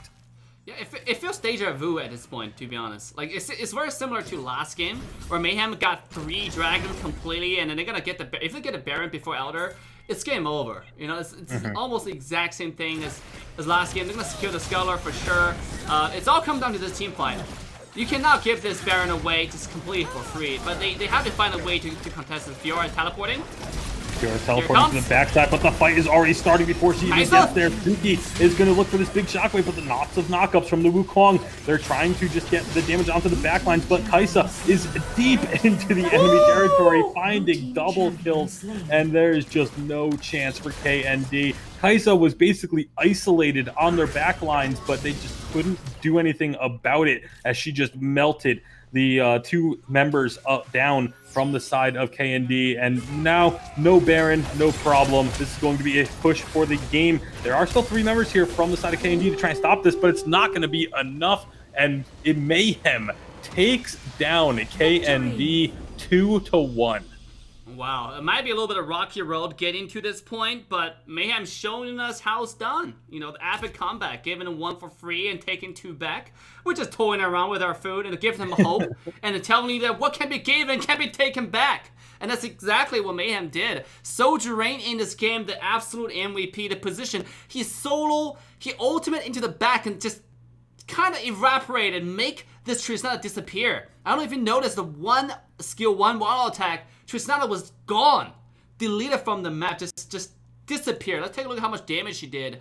23,000 damage, the highest in the game. Yeah, you pretty much have to combine the two highest damages from the side of KND to meet or beat the Soju Rain in this game. Absolute menace on this Kaisa. Like you said, was just able to dive onto the back lines and secure the kills on the priority targets repeatedly. And just really strong stuff coming out from Mayhem, specifically Soju Rain this game. Tsuki had some amazing ultimates as well as Enigma. So, you know, really, again, this team is a team that plays as a squad. They win and lose as a team. Yes, Soju Rain looks like the standout carry from this game, but throughout the entire series, it was every single player having to step up and play the way that they needed to secure these victories. I really like some of the things we're seeing from Mayhem. There's a lot of positives from this team. Would like to see them get a little bit more consistency in their play, but otherwise they are looking very good. I mean, once again, big congrats to Team Mayhem for making one more step further, getting themselves 2 more points against KND, but great debut from KND tonight, actually. This is, again, the first time we've seen them play. Very interesting, very good plays all around from both teams. So if KND, obviously they're already 2 big matches behind. They got a point today. If they want a chance to make it to the playoffs, they really need to step it up. But their routes going forward are not getting easier. You know, they still have a tribe to have to face. They have a lot more really difficult teams they have to go against. So, I mean, you gotta worrisome, be a little bit worrisome for their team at this point. Yeah, I mean, they're being down at. You have 6 match days basically, and now your first 2 you have 1 point total. It's not going to be a great position to be in. You're going to need a little bit of help going forward to get yourself into those playoffs, but it's not impossible, especially because of the fact that they didn't play day number 1 means that they could come out and get some 2-0s, 2-1s. At the end of the day, getting a 2-1, that looks the same for you as a 2-0 does. You still just get 2 points. But you want to get those 2-0s to deny your opponents from getting those points, especially the teams that are slightly above you in the standings. Denying them that extra point can be crucial for getting yourself into the playoffs. Yeah, the 2-1 to 2-0, you put a nail on the head right there. The team who got the 2 doesn't really carrying a lot of sense, but still denying that 1 point away from your opponent give yourself a better chance to make it to the playoffs. So we're gonna get to the next game. Next match, guys, is Team Young versus J4F. If you're a fan, make sure to stay around, hang out, share the stream with your friend. We're gonna go ahead and take a short break. Do not go anywhere. Get your popcorn, get your soda. Once again, we'll be right back. See you guys in a little bit.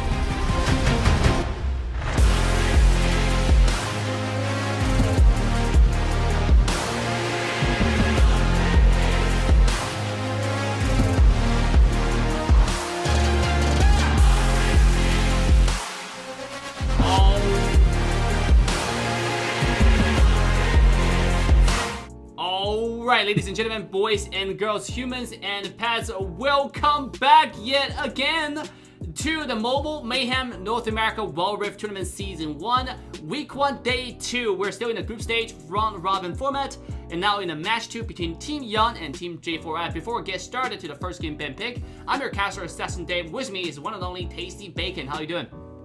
Doing great. Looking forward to game number 2 here. This is a really important matchup. Actually, despite being very early in the season, this one is very important. These are two teams that did not get a win yesterday. One of them did manage to get 1 point, but J4F, they got destroyed by Tribe Gaming, and so they're really going to need to step it up here to start building some points, just to even build some confidence, perhaps, after that loss to Tribe going into the rest of the season. You've hit a nail on the head right once again. I mean, I'm running out of words. English is really difficult language. But just really important point that Mr. Tasty made is absolutely right. They're fighting for the last chance, to be honest, to go out to get off the playoff, to get to the playoff, and then get off the group stage. So this is it. I mean, they need to win. Whoever wins today's matches will have a much better chance going forward to make it to the playoff. So it's very, very important for both teams. And the first game Ben picks are already underway. So without further ado, ladies and gentlemen, let's quickly jump into the Ben pick. Yeah, it's not entirely do or die. I think even if they lose today, you're not mathematically eliminated from the playoffs, but it will be a very difficult path to get yourself into that top 4 spot. But getting into our first draft, we do see Lee Sin and the Wukong banned away. So Lee Sin back to being prioritized here by the side of Yon. This is it's kind of interesting to see where the teams put these priorities on their bans. Ziggs left open, first picked immediately for the side of Yon, so they're obviously feeling very confident in the fact that they'll be able to get a composition that will work with this Ziggs. The Olaf and the Camille picked up for J4F to start this one off. Nice. I mean, nice. I can't believe that Ziggs today was not banned at all. He's been let out like every single game, every single match. Oh, obviously, this is only the match number 2. Still, Ziggs has been let out. It's being prioritized this time by Team Yon, and then they're gonna go with Israel and Braum. Israel and Braum is actually a scary combo. We're talking about the bottom lane synergy. When you talk about team synergies, a lot of times you're talking about like jungle and mid lane synergy. You're talking about the bot lane synergy, dragon lane synergy. And when I talk bot lane, I just mean dragon lane. And Israel and Braum's one of the best combos, like in PC actually, because they can land the passive for the Braum. Israel can trigger the passive for Braum very easily. So it actually compensated for the lack of damage that Israel had in the early game. And if Israel scales the late game, it gets really scary. Obviously, Braum can help secure the early game because of how strong this champion is. On the other side, though, we have once again Olaf and Camille being taken out. Really, really predictable, yet really powerful picks for Team J4F.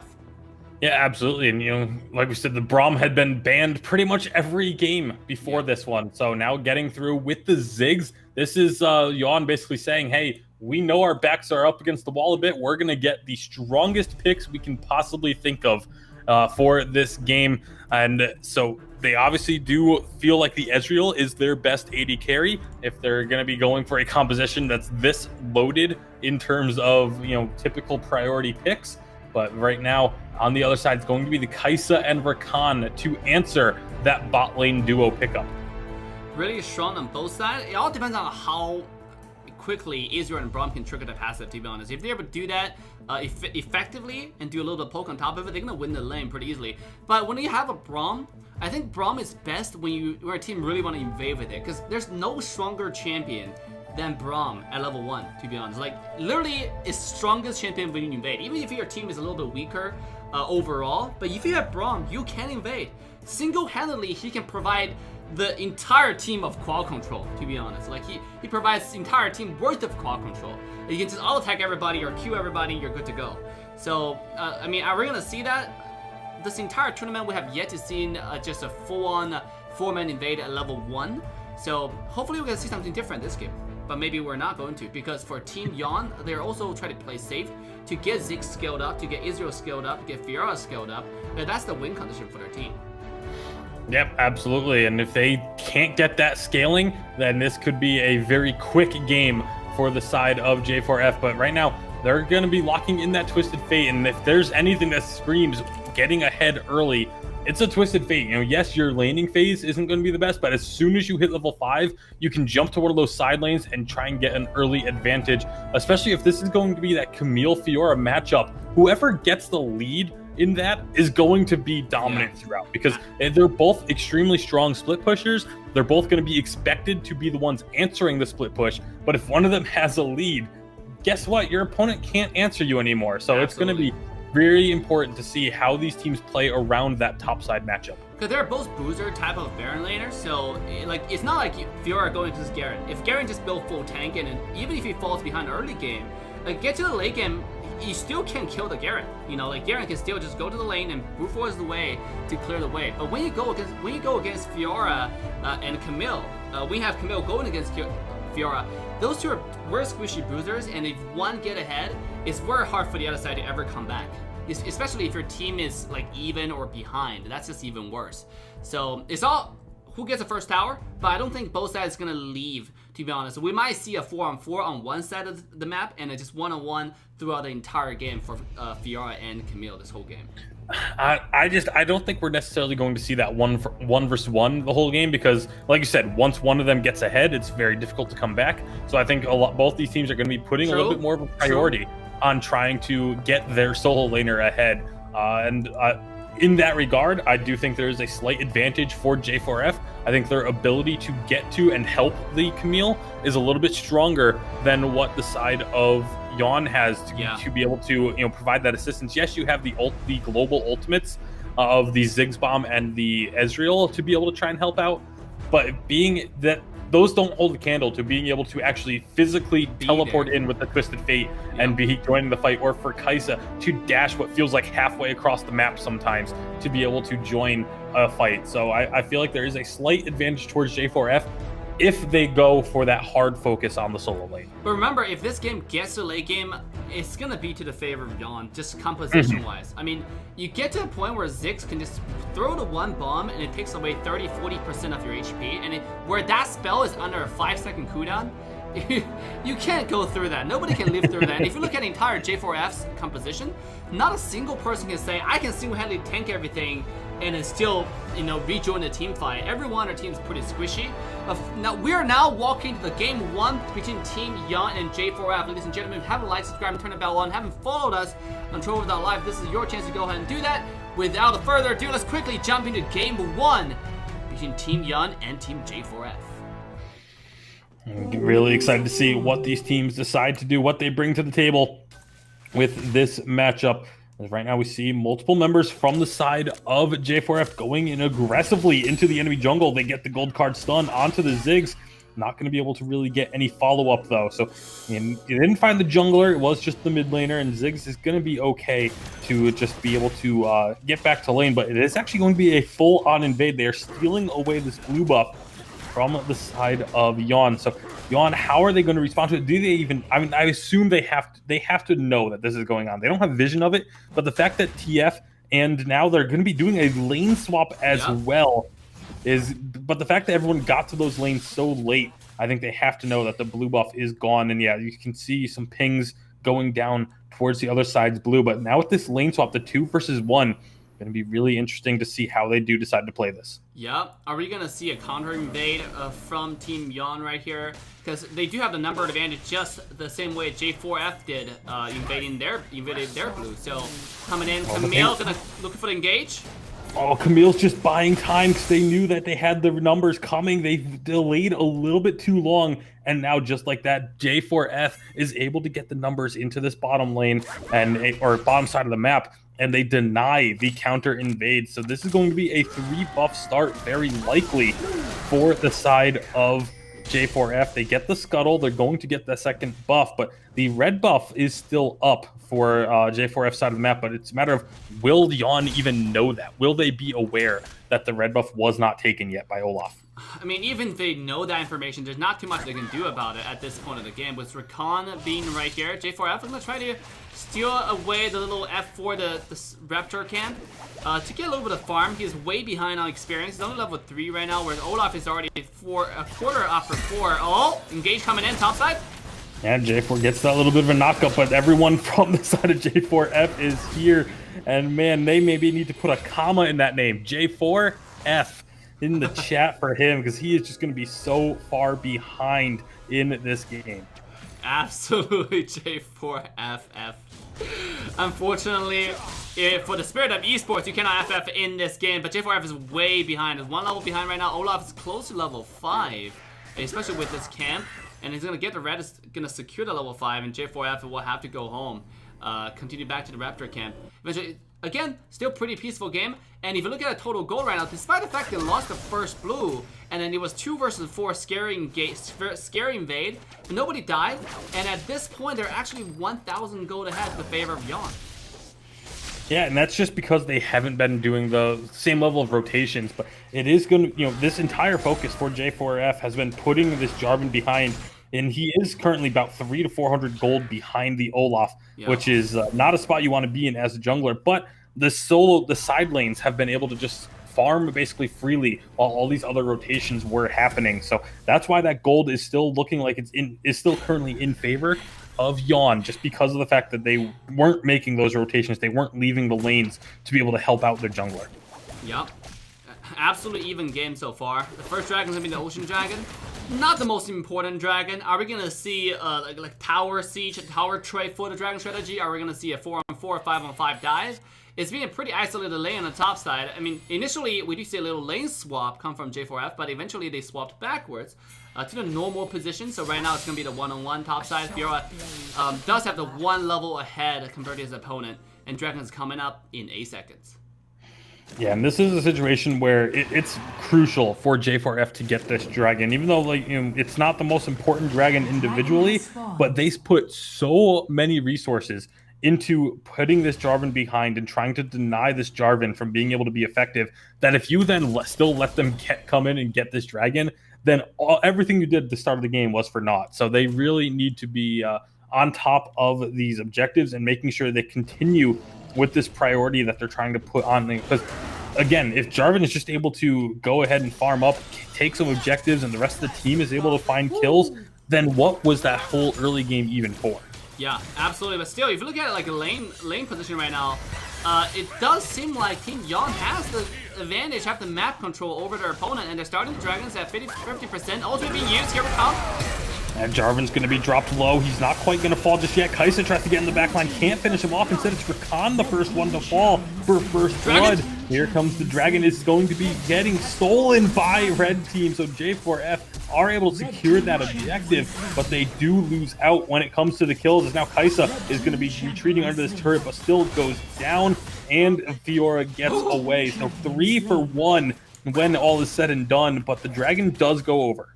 Fiora ended up dying to a minion auto dragon before her end. That was very unfortunate. So to make that to a 3-2, but it does put himself ahead. It does put Team Yawn very far ahead. Despite losing the dragon, they are putting themselves at a over 3,000, 3,500 gold advantage with that little team fight over there, a little skirmish. And again, we talk about how MTS on the Fiora versus the Camille. It's all about who's able to get ahead. And right now, Camille is already Trinity Forest, already finished first item, and 1,200 gold ahead of the respective laner. So they already did a lane swap. You can see now we have ADC from Team Young going to the top side. We help the Rip Herald top side. Right now it's going to be a little bit engaged here. Christopher took a very, very poor pathing decision as he just gets taken down, and now Yawn are going to get themselves a free Rift Herald. Like, so everything, they put so much focus on the jungle in the early game when really this team needed to be putting priority on this solo lane instead, and it has just not worked out for the side of J4F, and they're going to be struggling now as pretty much any slight advantage that they had picked up through those first early rotations of putting Jarvan behind, that's gone now. Yeah, and also, what was that Twisted Fate rotation? I mean, he just walked by the tier 1 tower all casually, all like, careless. Oh, like, I don't give a freak, it's a freaking Sunday afternoon. I can walk anywhere I want, just afternoon tea walk. Just walk past the tower and die and give the Rift Herald for free. That was bizarre. That was bizarre to me. Yeah, very, very strange decision making there. It might have been one of those situations where like you tap on the map to do your movement and you're not actually really looking at it and you're looking elsewhere on your screen, and then all of a sudden your screen starts flashing and you're like, why am I over here? But that's it was just not very wise pathing, and they paid the price for it. Are you comparing our players? Are you comparing our competitive players with PC players? No way. We don't do. I mean, I do that. Here. I do it in Wild Rift all the time. I move, drag the map around, tap the mini map where I want to move, and then drag my screen around to where I want to be looking. It's not a PC exclusive feature, Dave. True. Absolutely. I mean, at this point right now, Team Yon is sitting at a comfortable 3,000 gold advantage with all their key members getting really farmed. Zix is sitting comfortably at a 102. Luden's Echo is on his way to finish that mask. And after you get Leandre, it's going to be really, really powerful. 6,600 gold, 1,000 gold ahead of his opponent. Same as the Israel, finishing 2 items while on his way to 7,000 gold compared to a 6,000 gold Kai'Sa. So all the key members that need to be farmed are getting really farmed. They're in a really good position on this driver's seat right now. Yeah, and again, the fact that Fiora has a 2,000 gold lead over Camille is just going to be a nightmare for Camille to deal with. I mean, Camille doesn't even have that first item yet, and Fiora is already almost, is building the second component for her second item.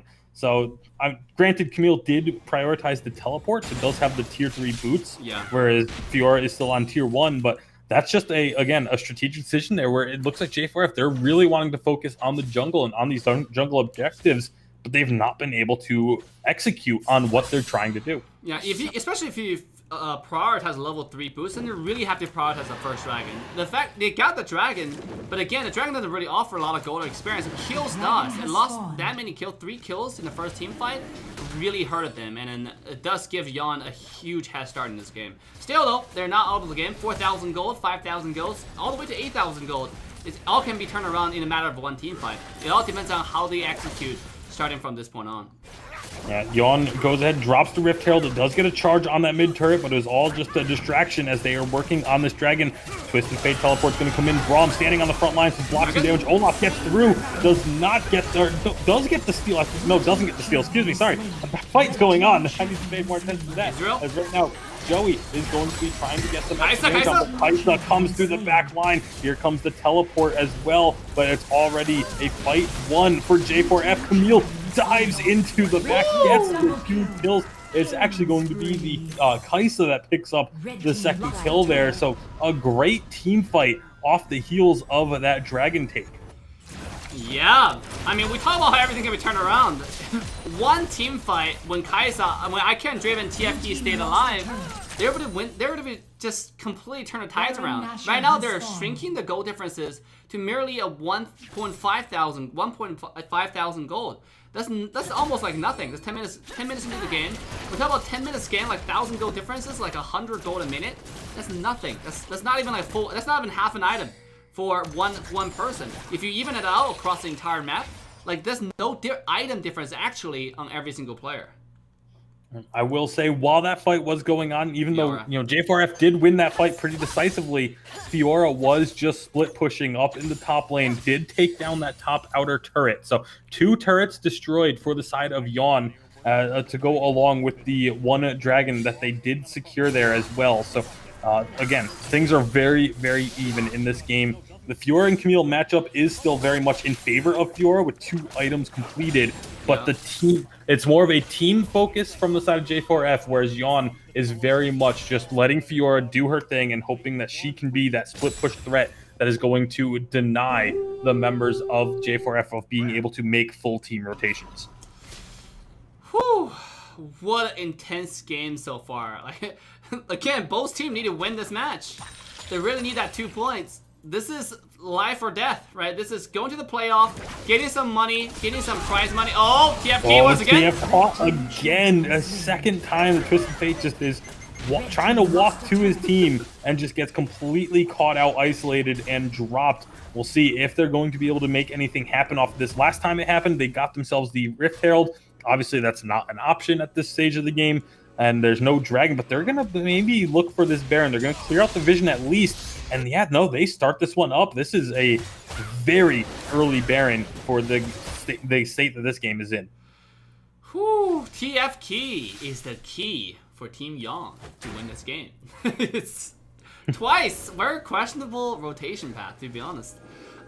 This route right here is one of the scariest route for any mid laner to go through, because there's so many bushes right next to you, and then the wall is very, very thin. So everybody who has leap can just jump over the wall and get to you fairly easily without too much difficulty. So in fact, this is one of the least travel route. If you look at top competitive players for any mid lane players, they usually soak around through a much further route to get to the mid lane.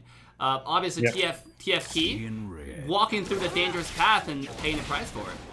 Here we go. They're showcasing why it's such a low traveled path. Right now, Jarvan is going to be trying to get this Twisted Fate again. Here comes Ziggs ultimate as well. Lots of damage, but they're not able to find any kill. The Braum ultimate doesn't really do much either.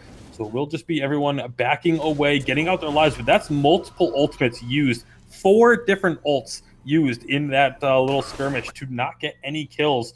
And that's good news for the side of J4F, as if I don't know quite the timings, but most of those ultimates are not going to be available when this dragon first spawns. Yeah, but do keep in mind that J4F's TF key mid laner is not going to have the flash for the next team fight. So he's not going to get to the Ezreal like he did last game, where he was to pick up the Ezreal and then a flash on the Ezreal, stun, and do the go-kart. So this time he doesn't have the flash anymore, which is going to be a plus for Team Young going forward in this dragon fight. He does have the ultimate. They know the dragon is being taken. Here comes Olaf and Rakan. They try and get in. They get the steal. Now can they get out? That's going to be losing one, but coming over the wall is Twisted Fate. Able to get a nice little stun, but not able to find the damage. They do lose 2. Ezreal is trying to make plays happen, but Ziggs finding himself some damage and a triple kill going to Ezreal. So again, they get the dragon, but they lose 4 members in the process, and this should be Baron. But at what cost? At a full display. You get the dragon, right? But at what cost? That's a 4-member loss. You lose the Baron. That's a map pressure loss. Oh, here comes Kaisa. They're taking very low. Teleport coming in from the Fiora. They have to make sure they secure this Baron right here. Everybody's low. I don't think Kaisa doesn't jump in. But yeah, I mean, we can go back and take a look. Oh! What a great ultimate from Israel over there. Oh, Kaisa stole the Baron with the W. The Kaisa second ability steals the Baron away from him. He died for a cause. Let's put it that way. He died for a cause. Oh my goodness. Kaisa making the hero play. I don't know how much do they even have. They have it on 2 members. The Olaf and the Rakan are the only 2 that actually have the Baron buff. Yeah. But my goodness, that is a game-saving play. If that steal doesn't come through, then this is very likely Yawn just marching down mid lane with the Baron-powered minions and closing this one out. But that steal coming through will at least give J4F a little bit more life in this game. Kaisa stealing Baron. Israel stealing Kaisa's life. I mean, do you prefer that trade? I mean, I think it's totally acceptable. 100%. 100% worth trade for the Kaisa. That is, you are not upset about that whatsoever if you're the Kaisa. Whew, that gotta be the play of the day, to be honest. So that's kind of interesting. I regretted that didn't catch on the replay section. Still, that was epic though. That was like a reverse steal. 1 steal life, 1 steal Baron. They're not using the Baron though. I think they just give them a few more minutes to actually breathe. But right now we're coming back to a 5,000 goal lead, goal differences.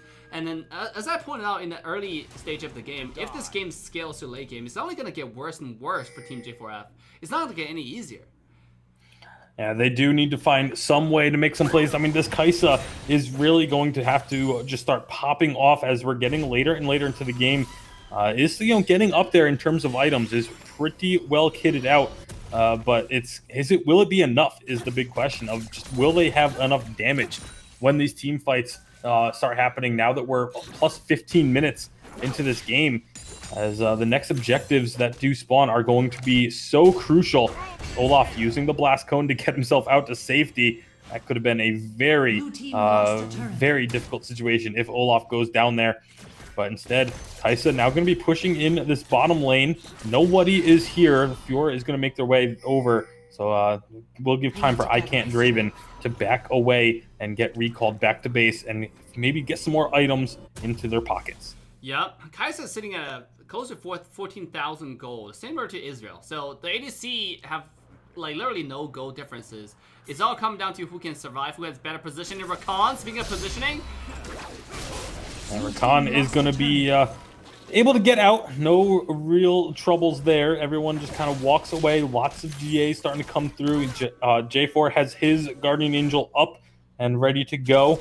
And that's going to be, that could end up being crucial in one of these fights. It's actually the only member of the only person on, or the only Guardian Angels, excuse me, are on Yawn's side, as both the J4 and Fiora have one completed, but nobody on the side of J4F has gone for a GA just yet, or at least hasn't finished one. I believe Olaf is actually building towards one right now, but hasn't been completed yet. So those that item is such a big tool when it comes to these team fights. Just getting that extra little bit of health, that little bit of extra damage when you come back up can be game-changing. Absolutely. Elder Dragon, Baron are both up on the map. Which one would you grab right now at this point, Tasty? I think Elder has to be the priority. The extra damage you get in the team fights is just so strong, and you can just absolutely close out a game. But right now, they're trying to set up for this objective. It looks like no one's really paying attention to the Baron, but here's going to be a catch out onto the Jarvan. That's bad. There's that Guardian Angel, not going to be really terribly useful as he doesn't get over the wall either. And that's the jungler dead for Yawn. J4F now should have a free Elder Dragon. Yes, they can try and contest with damage, but they don't have the spite to try and contest. Both teleports coming through. Braum Ultimate is not going to get the big knockup that it needs, and now he's going to be stuck in the middle of the team. The Elder is going extremely low. It's going to get secured by the side of Yawn. They pick it up without a smite. Now can they get out? There's going to be another Guardian Angel pop, but Fiora will immediately go down. It's a triple kill for the side of J4F. They lose out on the Elder, but they win the team fight. How do you not get Elder when your opponent's jungler isn't even there? I think with Fiora was MTS at the point of despair. For Team Yawn, they look for the biggest star. MTS going in with a Fiora, stealing the Elder Dragon away. I mean, this is like the Kaisa moment, but reversed, right? Like when jungler is not alive, and yet you steal the objective, the main objective on the map with Elder and Cloud Dragon. Literally have the two most important objective available, and they're gonna have the upper hand contesting for the next Baron. The one play made up for the huge mistakes Danish Rank 1 did just a few seconds earlier. Unreal. Both junglers are going to be kicking themselves after this one, as neither of them have been able to secure their objectives quite the way that they really, honestly need to be doing at this stage of a game. 20 minutes in now, and Baron is up on the table, but Elder Dragon, that buff will be permanent for the side of Yawn. They will always have that extra damage. They will have that shield to start things off. And now with Baron being the next objective, they can get this vision cleared out.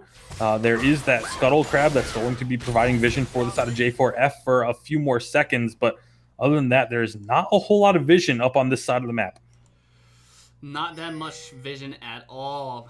Again, I mean, I thought actually that game was given to J4F by the Zenith Rank 1 on the J4. I literally thought it was given, Yeah. But by the positioning. It absolutely seemed it. Yeah. Once you steal the Baron, everything changed. It's now back to the control of Team Yawn. They have the poke and they have the Elder. What else can you ask for? Every time they throw a bomb, not only does the damage already insane amount of damage comes in, you're gonna have the true damage added on top of it, and the enemy poke, the very little of it provided by TFK is gonna be nullified by the huge shield. I think it's 20% of your max HP at this point of the game, since they actually no, it's probably 16% and they only have one dragon prior. So that's still a decent amount of shield with the true damage provided to their team. And for the side of J4F, they have to be thanking their lucky stars that they managed to get that steal on the Elder, because if they had gotten the Elder earlier on top of this, or the Infernal, excuse me, on top of this Elder, it would have been not only doubling the buff of the Mountain Drake, but having that extra Infernal as well. It would have been just almost impossible to come back from. But because they got that steal earlier in the game, because they got that Baron steal to even delay the game to this point, they still have a chance in this one, as now Baron is going to be the focus. Both teams positioning themselves up here. The wave management has been dealt with. You have Fiora and Camille just both in that bottom lane, but Camille's actually going to be recalling. This is an opportunity for Fiora to make a nice strong push here.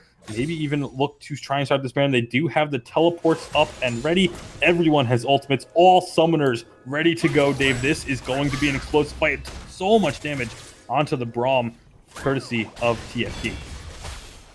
I mean, this is such an uneven advantage at this point. The Kaiser game is dead up. The tower's gonna get demolished. If I Rakan! What are you doing, Rakan? He just sacrifices himself and goes down, and now Kaisa's gonna get jumped on, but does flash out to safety. Meanwhile, here, carrying all 4 dogs is going to be getting onto the Braum. Doesn't quite get the kill, and now things are going to be completely shifting. Everyone is so low, but they are still alive as they get 2 kills for the side of Yawn, but they then have to retreat. And members of J4F were not able to capitalize on those low health bars. Oh my, what were you thinking, Nini, on that engage? His team was not even close. It's not like his team were wrapped around and getting ready and Rakan just jumped in. Rakan just jumped in. And I mean, I guess Tasty pointed out he sacrificed himself, but I was like, for what? You know, what did he sacrifice? What did he sacrifice himself for? Like, there was nothing to be gained. The last 2 kills for free, and now this Baron. I was just about to point out, at this point with Outer and the Cloud Dragon, Team Young could just bait out this Baron, force the Baron, put in Team Common and force engage. And that's exactly what they're doing now, especially with the number advantage beginning of the They're team starting it up right now. Jarvan is outside the pit, way away from the team, but here comes the teleports as well. Everyone is here. No one is starting this off just yet. Twisted Fate is completely separated.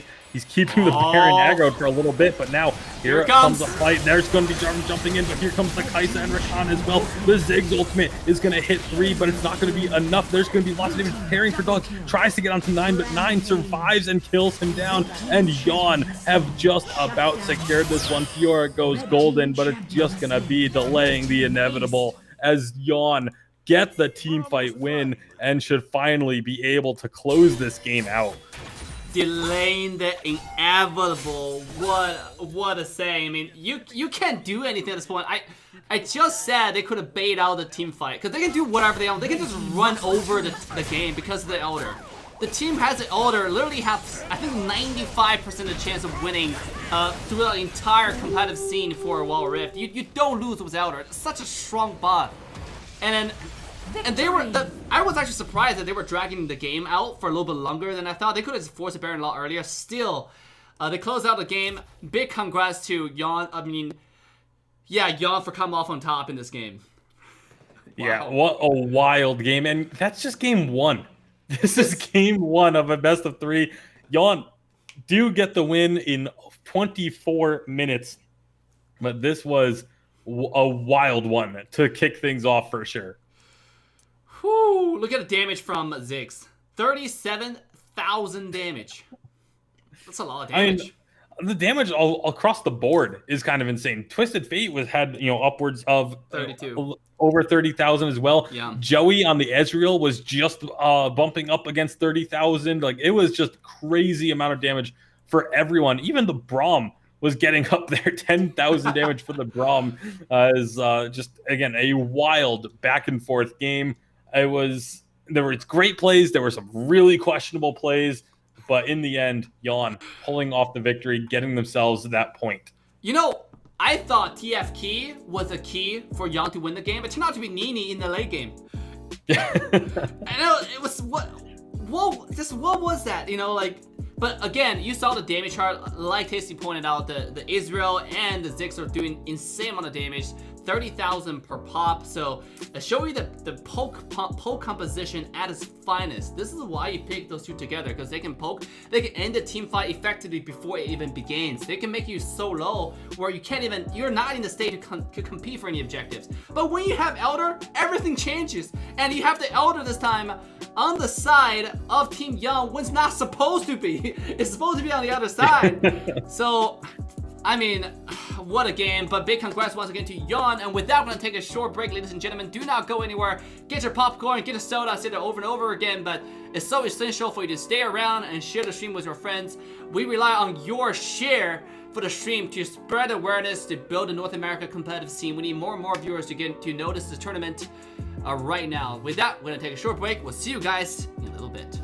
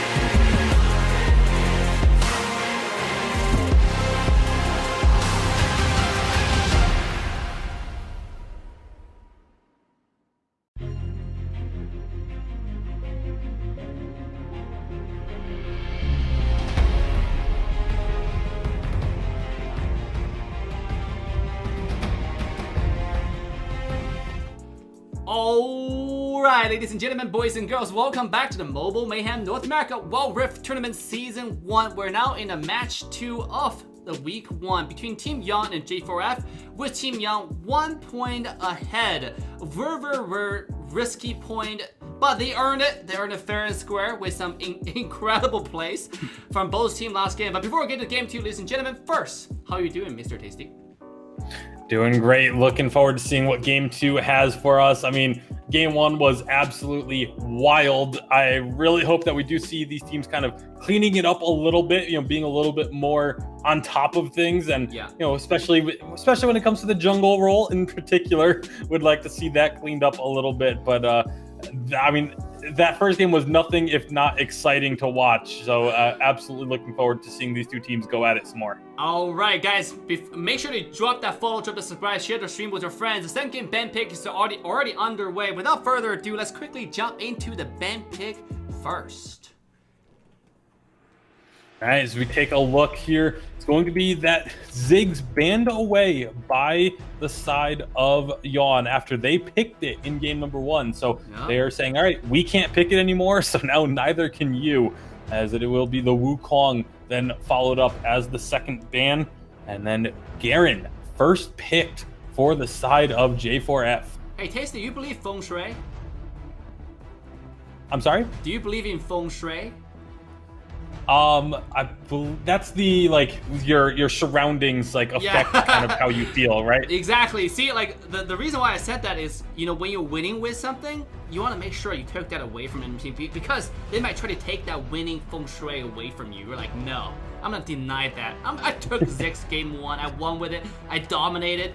Game 2, nah, you're not gonna get that feng shui. I took it away. Dominated might be a bit of a stretch, but yeah, they definitely did win with the Ziggs. True. I think that game was far from a dominant performance for anyone. However, going into game number 2, I think it is a very smart decision to, if you get one of those power picks in game 1, to just ban it away the rest of the time and say, all right, we're the only ones to get to play this. Hey, but to be honest, it wasn't Ziggs' fault though.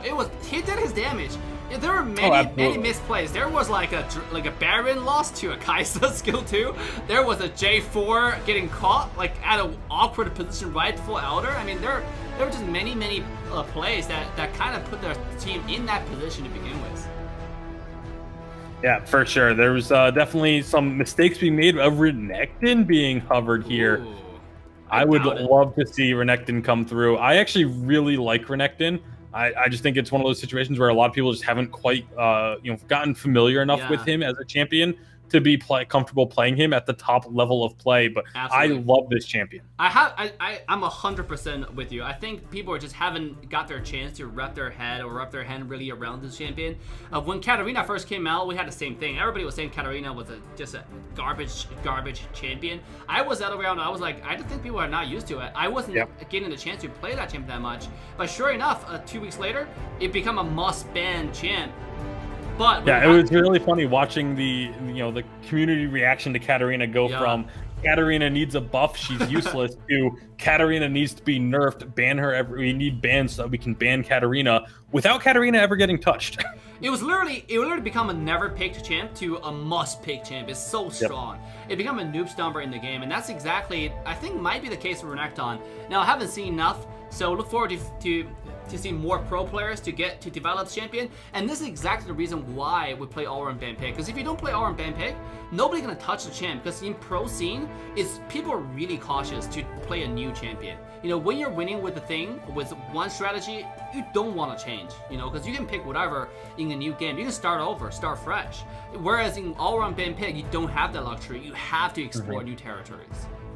Yeah, especially with, if you start off with a composition that you feel is one of the strongest in the game and you don't get a win with it, all of a sudden you have to throw out everything. You have to start completely from scratch because you can't play any of those champions again. So that's why the picks like the flex picks like the Gragas are so important. Like champions that can fit into just about any composition are really important for these all-rounds because you want to save them for later because you don't want to be throwing out a super flex pick in your first draft and then all of a sudden you can't have that flexibility later on. So I really like what we've been seeing from these drafts, and this draft in particular. This is two very strong teams with the Lee Sin, the Xayah and Ari, along with the Draven or not Draven, Darius and the Rakan to round out the composition for the side of Yawn, going toe-to-toe against the Garen, Gragas, Malphite, Jinx, and Corki on the side of J4F. These are all extremely strong picks. We just got a confirmation that Jinx is actually Varus, so they had some bugs selecting champions, so it's supposed to be Varus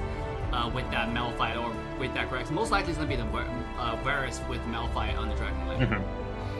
Yeah, it's a little disappointing for me. I actually really like Jinx. I know Jinx isn't necessarily going to be the most played and competitive, but just on a personal note, I really enjoy Jinx as a champion. She's my most played AD carry, but Varus, we've seen him starting to make some waves in recent events, and even yesterday we got to see a Varus come out as well. So definitely get ready for more Varus as especially with these all-round drafts going deeper into their sets. You're going to start seeing this Varus pop up more and more frequently. Yeah, we're absolutely going to see more of Varus, because Varus, just like you pointed out yesterday, is really a flex. He can do many things. He can engage with the ultimate, he can play defensive with the ultimate. He just set up a lot of stuff for the team, and Varus really does a lot of burst damage. Compared to Jinx, early game is really not that great. He's on the Ashe level now, just a little bit better. When we talk about early game damage, she still have the insane amount of lane presence if she had the red buff, and late game skilling is insane. But when you pick out Jinx, it would make more sense to pair that with a Lulu to provide some a little bit more protection, a little bit more poking ability in the lane, so you have more presence. Because right now Jinx, pick her out by herself completely without any other poke, without a Janna, without a Lulu, is kind of risky. And sure enough, that's going to be a Varus pick. And I also believe this is the first time we see a Lee Sin pick. What do you think about that? Yeah, Lee Sin has been banned away frequently. I think we did see one Lee Sin yesterday, if I'm not mistaken. But I think there was one, but I think it might have been in the tribe matchup. But it was so it didn't really. It was those games went by a little quick to be able to make an impact. But sorry, probably didn't have a good recollection of that because that game was way too fast. Yeah, it was a very quick set of games, but Lee Sin is, there's a reason why he gets banned a lot in competitive play, and there's a reason why he's one of the most played junglers in the game. I think he's one of the most common picks in the game overall, in terms of overall pick rate, and it's for a good reason. He's not, he's not going to be stealing the show. It's not going to be one of these character champions that, takes off and completely dominates the game. But he can be so effective at enabling the rest of your team to get to those dominant points. Absolutely. That's the thing about Lee Sin. Lee Sin is all about rotation, early game ganking, because his presence around the map is everywhere. If you expect Lee Sin to not be your jungle, he's gonna be your jungle. So you gotta be really careful with how you approach early game. The thing about Lee Sin is a back and forth, in and out mobility. His one-on-one early game is not the best, but the fact that he can gank a level 2 way ahead of your jungle, that is the scariest part. But without further ado, guys, the second game is already underway. Let's quickly jump into game 2 between Team Yawn and J4F.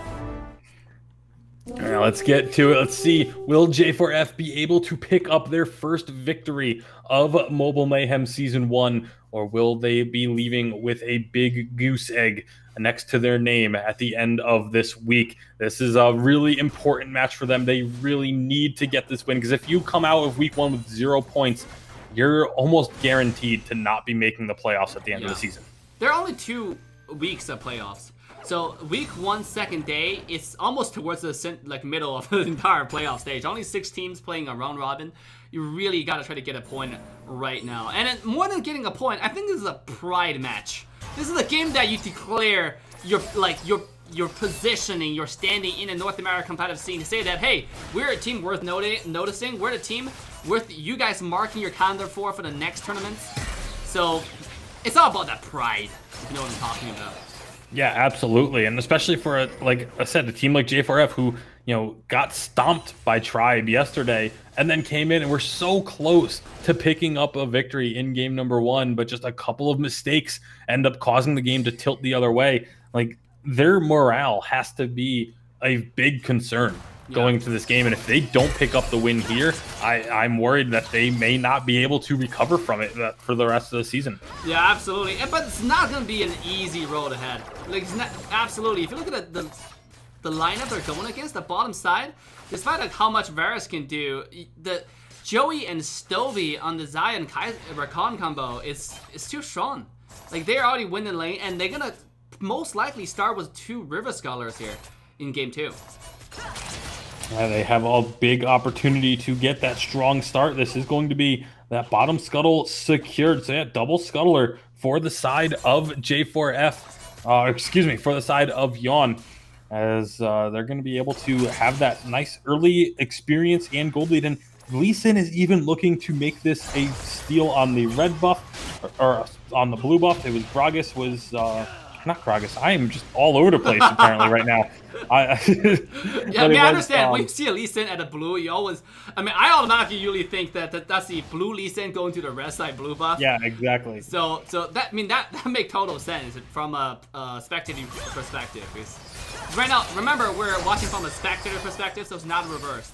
But still, like, Lee Sin usually is all over the map, and you expect a Lee Sin to evade. So that's just what happens. Yeah, it was the draft client as well threw me off a little bit because I had that up, you know, a screenshot of that up, and they're on the left side, but in game it's swapped because it's just we keep them on the same side in the draft client just to be able to show the previous game's results in the draft so that we can see who is going to be available for them. But right now, Ari going to be looking to go in onto this Corki. They get the kick. He flashes over the wall, and Valkyrie's out to safety. Is going to tick down very, very low, but TF Key does manage to survive. You know, TF Key is actually captain of their team, and he actually is a good friend of mine. He changed his name. That's why I didn't recognize him. I wonder why he didn't play more Galio. This person is actually one of the best Galio player in North America. He was really comfortable with the champ, and he just stopped playing it. I mean, he could be a next Suki, to be honest, if he played Galio. If you're watching the stream, Mr. Key, you know, but Key, please be the key for your team to win this game. This might be the only chance. Again, a chance to make a stand. And 14 seconds on the Dragon. Let's see which team come off on top. Yeah, I also want to take a quick look up at the top lane right now, up on Baron lane, as Garen and Darius going toe-to-toe with each other. Typically, that's actually a matchup that Garen can do pretty well into. But right now, Darius is the one with the slight slight gold advantage, while Dragon is going to be started up here. There is vision of it, so members of J4F know this is happening, but they also know that they cannot get there to contest, and that is a free Dragon getting picked up by Yawn. 0-0 so far. Is this the first game that we had a 0-0 before the Dragon spawn? I mean, before the first Dragon? I think this is it, right? I think no. I think this is the first time that the first Dragon was taken without a single death being secured just yet, as both teams just passively farming. There was a couple of engages, but no kills have come through as a result of those efforts. And right now, everyone just seems to be perfectly content with just farming up and looking for later stages of the game. Yeah, Darius did just pick up the Demon's Blade, a very interesting first item right there, and now he's rotating to the bottom side. We have a lane swap from Team Yawn. I think they're next. They already set their eyes on the Rift Herald that's going to spawn in a minute. Really good planning, I gotta say. You can already tell their team is on a much more tighter communication than Team J4F at this point. Yeah, their movements throughout the map have been much better. And speaking of movements, they do try and get some pressure onto Crown here on the Garen, but he's going to be able to walk away without much concern. There's going to be this Crown. It's just Crown must have been looking at the shop or something, but down in the bottom lane, it's actually a bloodbath starting up. Here's the first couple of kills, and it's going to be first blood for the side of J4F. Ari is going to fall as well. Corki finding himself 2 kills. I was looking up at the top lane. I thought they were going to try and go for a dive onto Crown, but instead the dive happens on the bottom side of the map.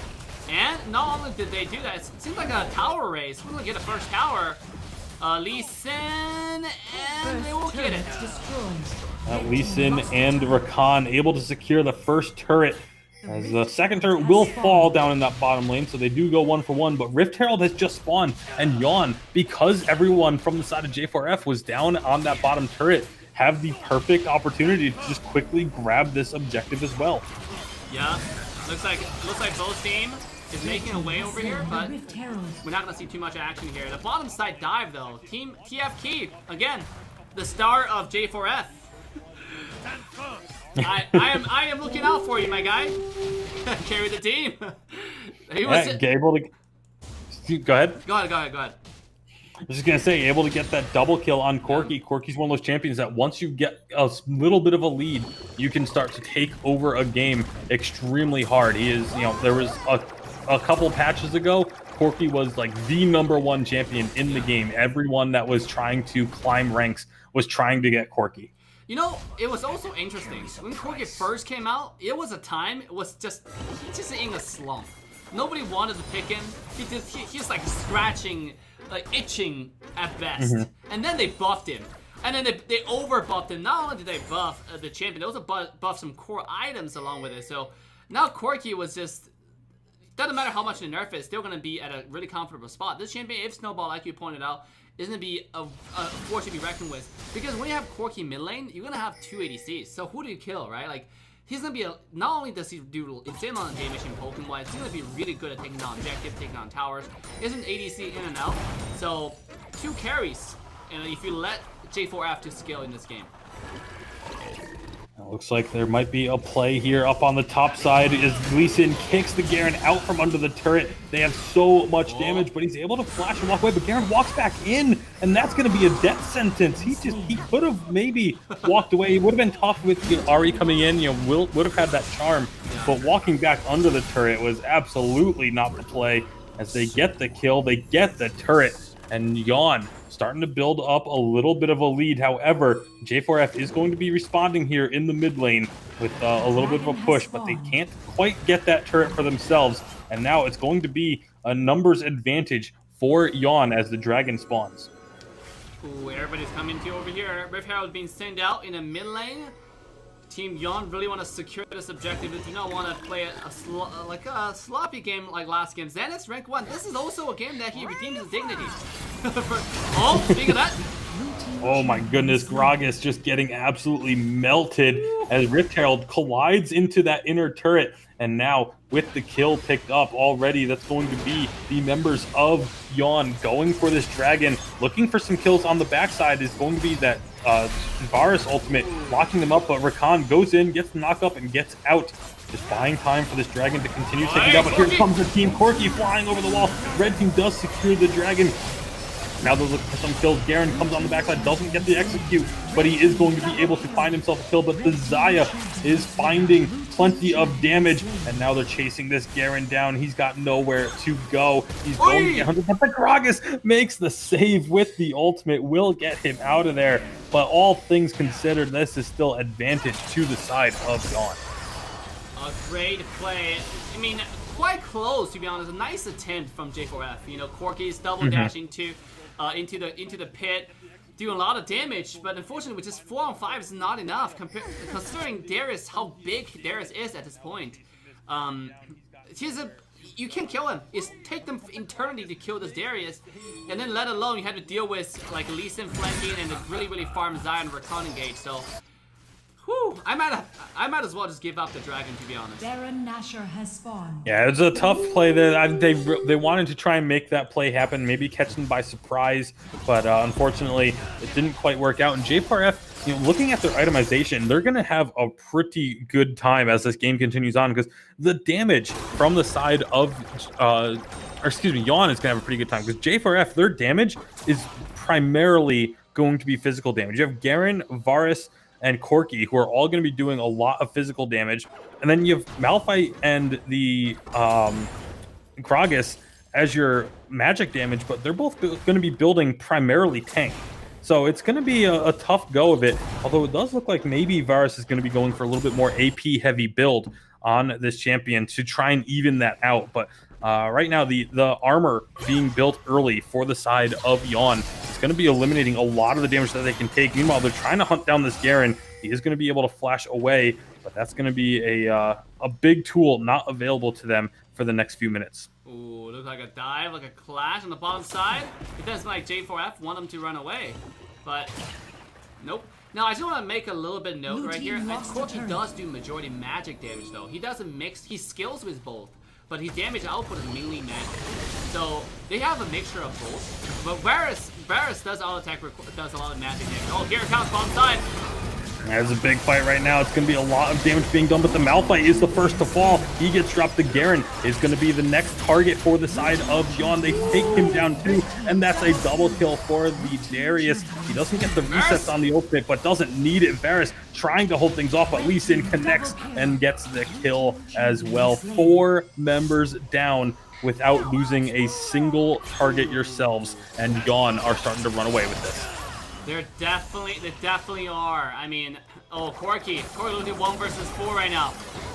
I'm not sure that's the choice you want to be making there. Corki does use the Valkyrie to get out, but gets caught by the charm, and that's all she wrote for the Corki. As that's going to be, again, another kill picked up. Baron is on the table now for the side of Yawn if they want to make a play for it.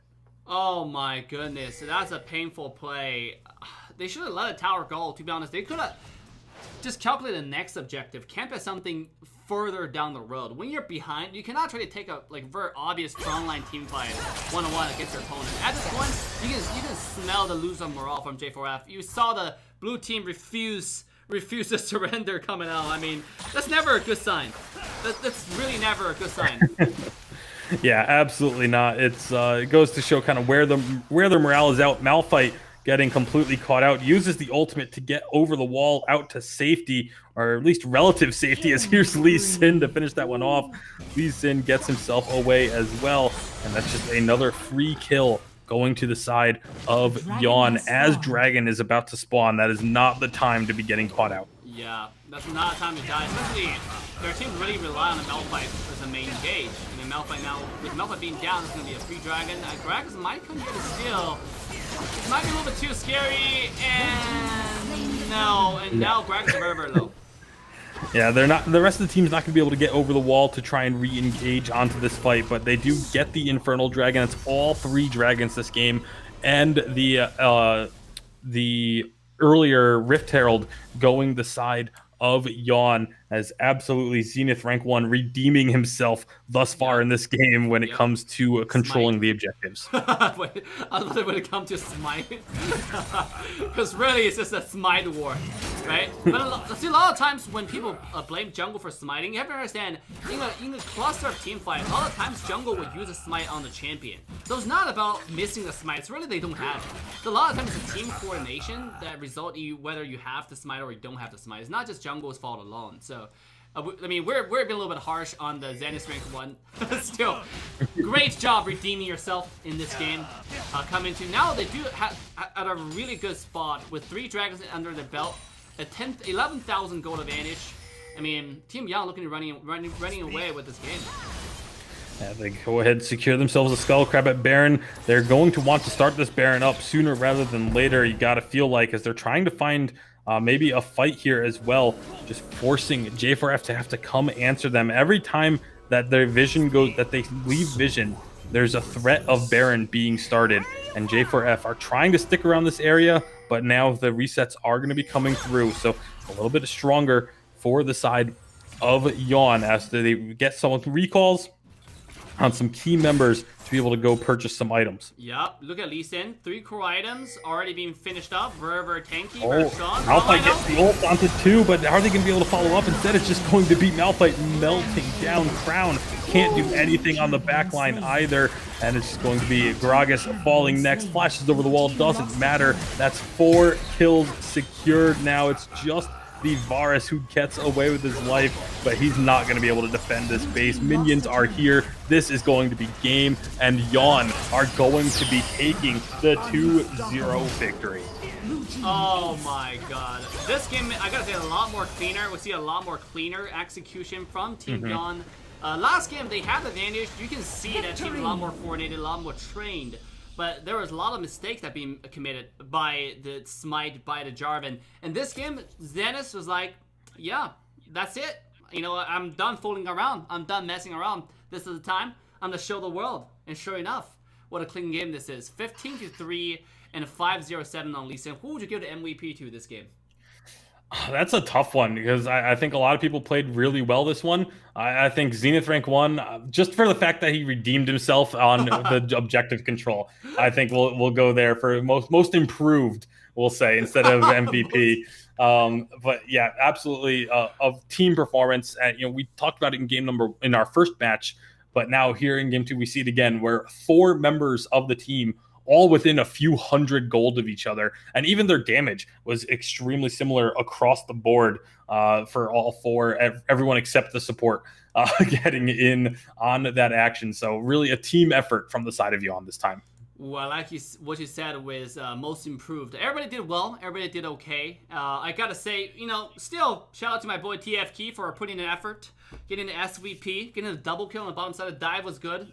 I think at this point it's mainly just a lack of morale. The team needs some confidence, You can see that they had the potential to make those plays, but it's just coordination and communication. It was kind of sporadic from J4F, so if you want to continue the journey and maybe get a chance to get out of playoff, then they really have to tighten up their gameplay, tighten up the communications, to have a clear game plan, know exactly what to do as a team. Just go watch some of the play from Team Mayhem, and then you're good to go. Whew. But with that, let's quickly come back to the commentator desk. Ladies and gentlemen, we had some exciting matches so far. KD versus Mayhem, as well as Young versus J4F. Coming next, the most anticipated match of the day. The battle of the kings, the battle of the Godzillas. I don't know, the Mecha Godzilla versus the regular Godzilla. I don't know. Team Tri versus Team Goons. You're here for the match, and we delivers. Make sure to hit the like, subscribe, turn the bell on, all notification bell. Share the stream with your friends, with your fellow e-girls who are craving for the boys playing next match. Without further ado, we're gonna take a short break. We'll see you guys in a little bit.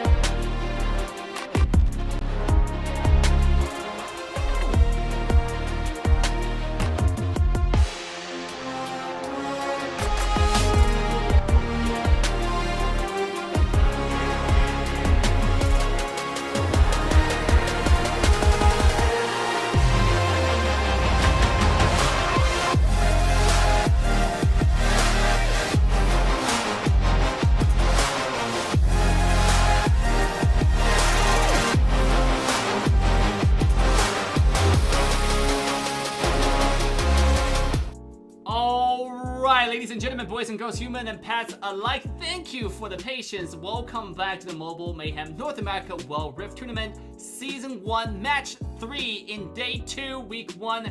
Now we come to Tribe versus Goons. But first, how you doing, Mr. Tasty?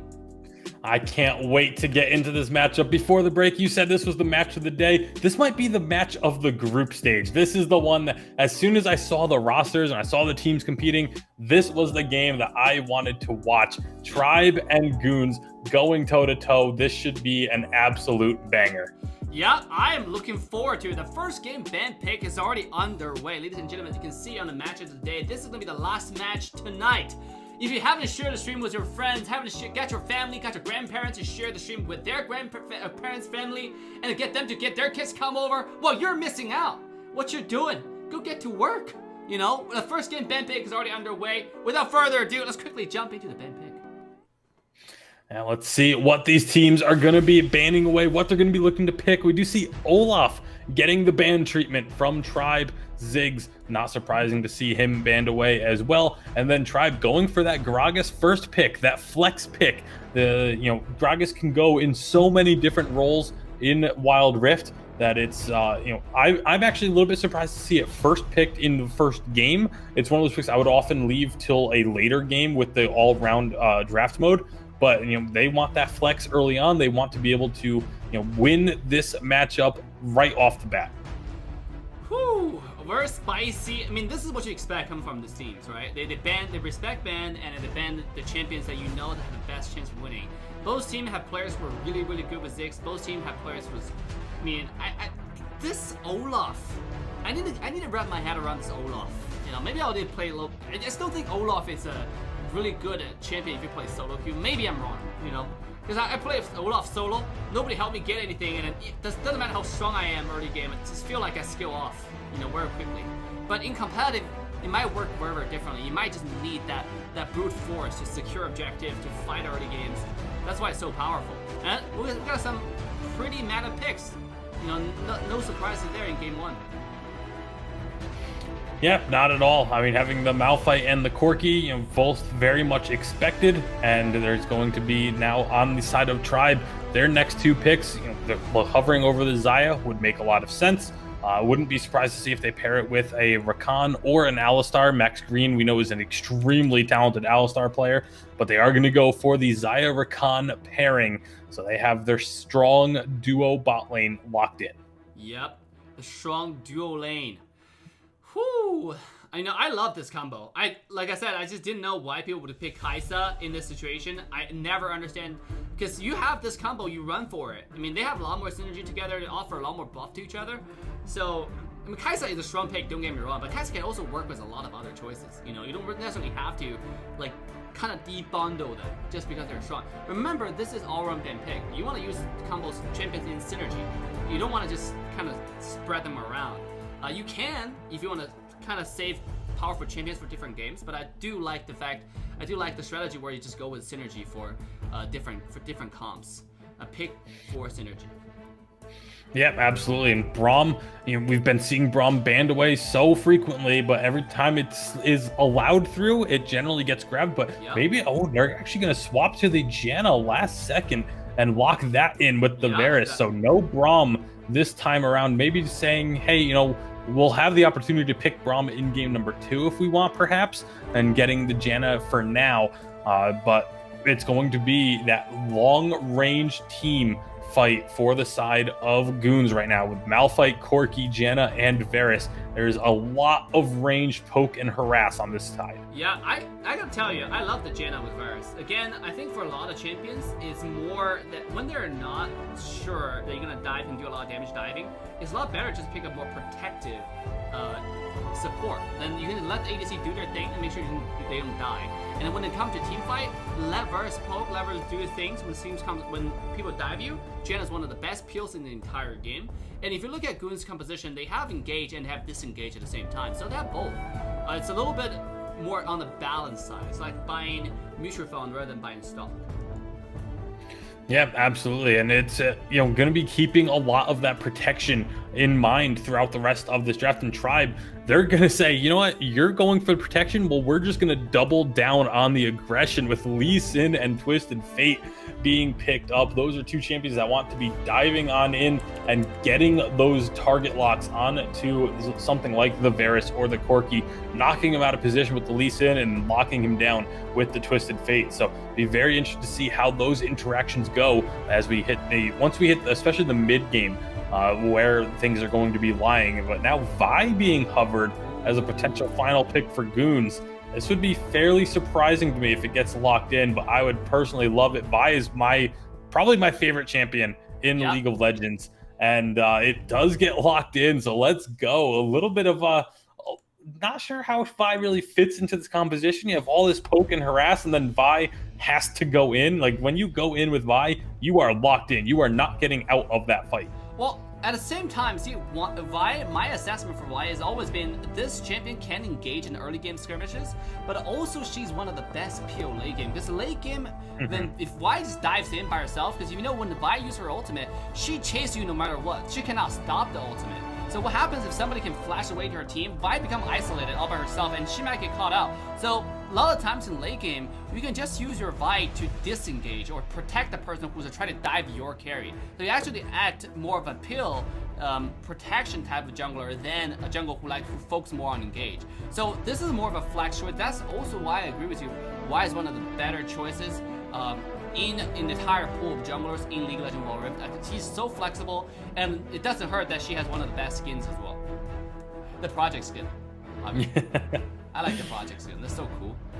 There are quite a few really good skins in Wild Rift already, and more to come, but we are going to be getting into our first game here in just a few seconds. I cannot wait to see how these two teams go toe-to-toe. Yesterday, we saw Tribe absolutely stomp their opponents with they got an early game lead and just completely snowballed it out of control. Sub 15-minute games. We didn't get to see Goons play yesterday as their opponents ended up with the forfeit, but now we're going to see these two go head-to-head early on here in Mobile Mayhem Season 1. This could set the tone for the rest of the season. Yeah, they're fighting for this. I mean, they're trying to fight for the number 1, number 2, not just a spot in the playoff. They want to compete for the pride. Every game between those two teams is not just like a game that a scrimmage, you know. It's not just a practice. It's not just that. It's all about the pride. It's all about the honor. It's all about something much greater than just, you know, winning a game or losing a game. You know, I might put too much weight, but that's exactly what it is. So you gotta watch out for those two teams fighting against each other, ladies and gentlemen. So you have to share the stream or go follow Mobile Mayhem or Mr. Tasty Bacon on social media, on Twitter. This is your chance to go follow for more great games to come. The first game between Tribe Gaming and Team Goons is right here, right now. There we go. Both teams going to be moving in a little bit aggressively as Tribe tries to get some deep vision, but they don't actually get the wards down for now. They got the information that they needed and decide to back off and just go and get to a standard start. Both sides going to be providing a little bit of a leash for their junglers and then getting to lane as it's going to be Goons trying to put a little bit of harass onto Max Green as him and Old School walk back to lane. Max Green gets the knockup onto the Janna there, and you can see Old School able to get some good poke out. So nice early trade for the side of actually Goons coming out, I'd say, on top of that, as Max Green, he got dropped very low and had to go use the honey fruit. Yeah, I mean, and right now with the changes on the honey fruit, even support get the honey fruit. Like, the ADC will still get a kill. The person next to him still get a kill. So, it's actually really good adjustment because it actually fixed a problem where ADC support, even though they're low, they will not get a honey fruit just so that saves the gold for the ADC. That happens many times. Now, the support can actually get it, and then meanwhile, remain the gold with the ADC. So that's a really nice change from the developers. Yeah, very happy with that change, especially as a support player. I play a lot of jungle and support, and being a support getting low and just knowing that, you know, you really don't want to be going to grab that. But here comes the gank with T-Tigers here. He misses the Lee Sin orb, though, and they're not going to be able to find a kill. Now here comes Lamont looking for a potential counter gank. They're not going to be finding much. Instead, just going to go and try and secure this Scuttle Crab. Oh, this might be a double Scuttle Crab now. Oh, look at Twisted Fate's position, though. Kidding this way. Yeah, starting is very aggressively positioned, but Vi's just going to take a little bit of damage and just walk away, not really too concerned about that. Not really a whole lot of damage coming through early on from TF just yet. And now, like you mentioned, the second scuttle is going to become the focus here. Yeah. Everyone's rotating Max towards Green's it, here. but it does look like Tribe has the advantage on this one. Yeah. I like this rotation from Max Green. Knowing not too much going to happen on the bottom side, he rotated to the top just to provide the map pressure. And a lot of support players, if you're watching the stream, really learn from how Max Green rotates. The support, just because League of Legends are more organized and there's a double lane on the Dragon side most of the time, doesn't mean you cannot rotate the support, like, ever. You can still go to the side when you know there's nothing happening in your lane. Yeah, absolutely. And they're able to use that knowledge and that information to go and make sure that they don't get double scuttled. As now Gragas up top is going to be going in aggressively, getting some good damage onto Hitman. As that's going to be an interesting matchup, the Gragas versus the Malphite. Neither of them really going to have too much kill pressure on each other. Both just big, beefy tanks up there in the Baron lane, but they're going to be constantly trying to trade, seeing if they can get even a little bit of an advantage. But most of the action this game, I think, is going to be coming from the mid and bot side. Yeah, look at this recall. Look at this Galaxy skin combo from this two. It's so sexy. Rakan The synergy. Yeah. I don't know if Old School was trying to jump on, leap onto for an the opportunity.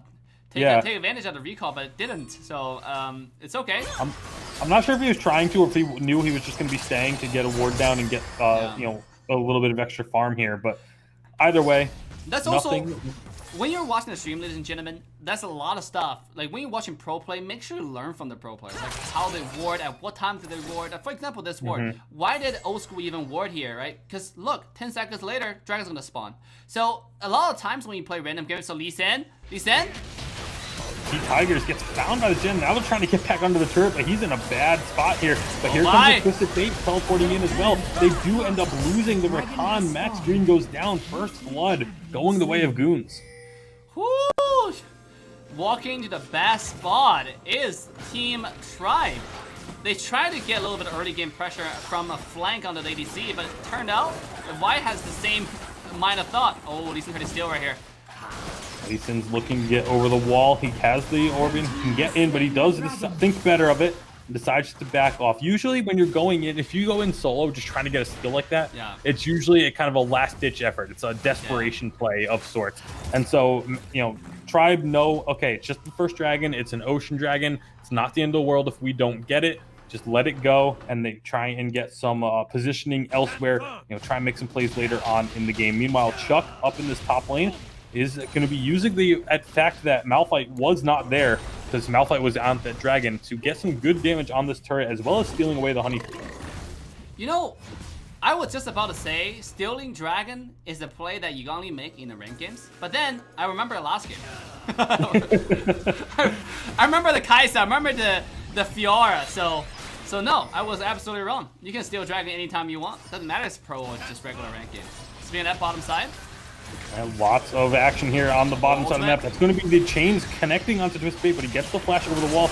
Will take some turret shots, gets knocked back in. That is going to be another kill for the side of Goons, but the big knockup from the Rakan is going to be trying to turn things around, but they just don't have the damage on Tribe, and they are getting melted. That's 3 members down, and it's just Old School left alive, and the Goons, they're looking to hunt them down. The nice ultimate there, but the Janna ult is not going to knock him away because Old School was able to dodge it, but it's so much damage, but he will finally fall.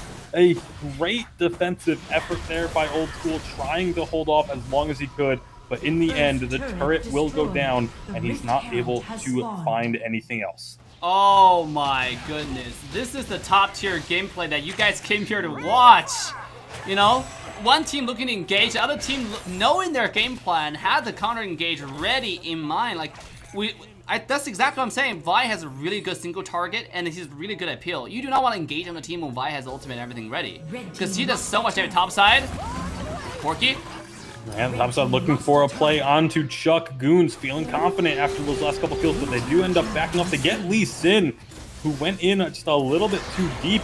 And now they're going to continue this chase down towards the turret. Max Green gets a nice knockup to dissuade the rest of this attack, at least temporarily, because Gums is on the backside, finds the chains of corruption to get themselves 2 more kills, and Goons they're the ones that are starting to run away with this, as now they can take a free Rift Herald. Once they have the advantage, just put the pedal to the metal. I mean, the rotation from both sides, the lane swaps, right? That's almost standard from all the pro teams that you see. In Team Goon, they swapped their ADC to the Dragon side, and the flank from that Varus was on point. Imagine ADC flanking. You know, that's how much confidence that they have at this point. Let's take a look at item build right now. With so much gold, Varus is already finished up close to 2 items right now, sitting at 5,700 gold compared to 5,200 gold to Kai'Sa. Xayah, excuse me. Brain fart for a second. Xayah still sitting at decent farm. This is showing Old School being one of the best ADC player in the game. He's not gonna fall behind, but look at that mid lane though. Corki 6,500 gold compared to a 6,500 gold starting. The fight of titans. So top mid lane once again. Oh my goodness, this is Goons just knowing that they have this huge lead and taking advantage of it. They find themselves another kill. The Rift Herald gets dropped as well, as they're going to be looking to siege up here even more. Chuck trying to make a play here, but he's just going to be backing away. They do clear out the Rift Herald pretty quickly, but Goons are sticking around. They're still sieging up, getting some poke damage, getting some harassment onto this turret, as Dragon will be spawning in about 10 seconds. Really smart, really good play from Team Goons right here. They know when to recall, because they do want to hang out around. They know that Chuck on the Gragas still have everything ready. If they stay around, there's more risk. There's more stuff to lose than gain. Especially with Dragon coming up and Inferno Dragon coming up. That recall was just on point. I also really like what Chuck was doing there. Chuck actually delayed some recalls there, and so here we go. Something like the Janna wasn't able to get back, but now here we go. Big engagement is going to be happening. Malphite ultimate is going to be waiting to come out, but right now it's going to be Tribe actually getting the upper hand for now, but Goons, they just have too much damage and too much health as they're able to find multiple kills. Malphite getting a double kill, chasing down T-Tigers now. A triple kill for the Malphite, and Dragon is going to be able to be started up by Goons, but they actually don't go for it. They instead want to put pressure on mid. So no Dragon being secured just yet. Now it looks like they're going to go ahead and rotate over to this objective. This is exactly what I pointed out yesterday. When you get a few kills, remember that game when they just went for the Dragon and lose the tower, mid tower? Where this game, Team Goon did the opposite of that. They had advantage, they got the kills, they won the team fight, but they make sure to clear the mid lane so they don't trade off for an objective. Don't trade off the most important objective with a tier 1 tower. Because Twisted Fate actually pushed tower really fast. They understand the risk, and at the same time, everybody was low. Why had to reset? So they took their time, very patient, and I think this game is just a really clean game from Team Goons. Yeah, absolutely. And Goons putting more pressure on this mid lane. Once again, a massive lead being built up. 6,000 gold in their favor, 13-1 on the kills. And they're just diving between 2 turrets now by getting another kill. And it's going to be Guardian Angel pop for T-Tigers. As soon as he comes back, Chain of Corruption comes out, and he's going to fall as well. This middle outer turret still hasn't even been taken, and they're getting kills under the inner turret. Whew. 7,000 gold lead 10 minutes into the favor of Goons. They're already running away with the game. I mean, this is more than domination. This is pure destruction at this point, right? Like, and also, I just want to point out on Lebamon, when he played a Vi, you notice how long he held on to the ultimate. He didn't just ult whenever he had it. He's really ulted, like he just used skill 1, auto attack, skill 1, auto attack with in combo with skill 3 to do as much damage as possible and really save that ult towards the end. When somebody's isolated or when somebody, like when there's a target who jump on the backline, that's when he uses the ultimate. You pay detailed attention to, that's exactly how you want to approach your Vi. And that's why I said Vi is one of the best peel as a jungler. Because they have 2 carry this game. They have Gume and they have Hoon on the 2 ADC. So having that peel really make a lot of sense. So Vi actually is a perfect pick in this game. Yeah, and it's working wonders for them, sitting at 6-0-9 in this matchup. Absolutely dominant performance right now from Goons. And, you know, we saw how strong Tribe looked yesterday. To have Goons just absolutely handling them, the way they are here in game number 1. I mean, obviously, yes, so much of Wild Rift between top teams comes down to that early game. Whoever gets that early advantage can generally just snowball super hard if they know, what they're doing. But bottom right side. now, that's going to be Baron picked up for free. Meanwhile, on the bottom side, it's Malphite does go down, but he gets a kill in trade. Even in a 4 versus 1, he still manages to take someone with him. And again, Goons picked up Baron while all that was going on, so they're just going to be pushing in pretty heavily. Hitman the God. That's all I'm going to say about that. One versus the 4, getting the kill. Meanwhile, helping the team distracting the entire enemy team, helping the team secure the Baron. So, I mean, this is coming to a 10,000 gold lead with the Baron buff. If they reset, go home, get their items, the next push, we're looking at the high ground towers right now.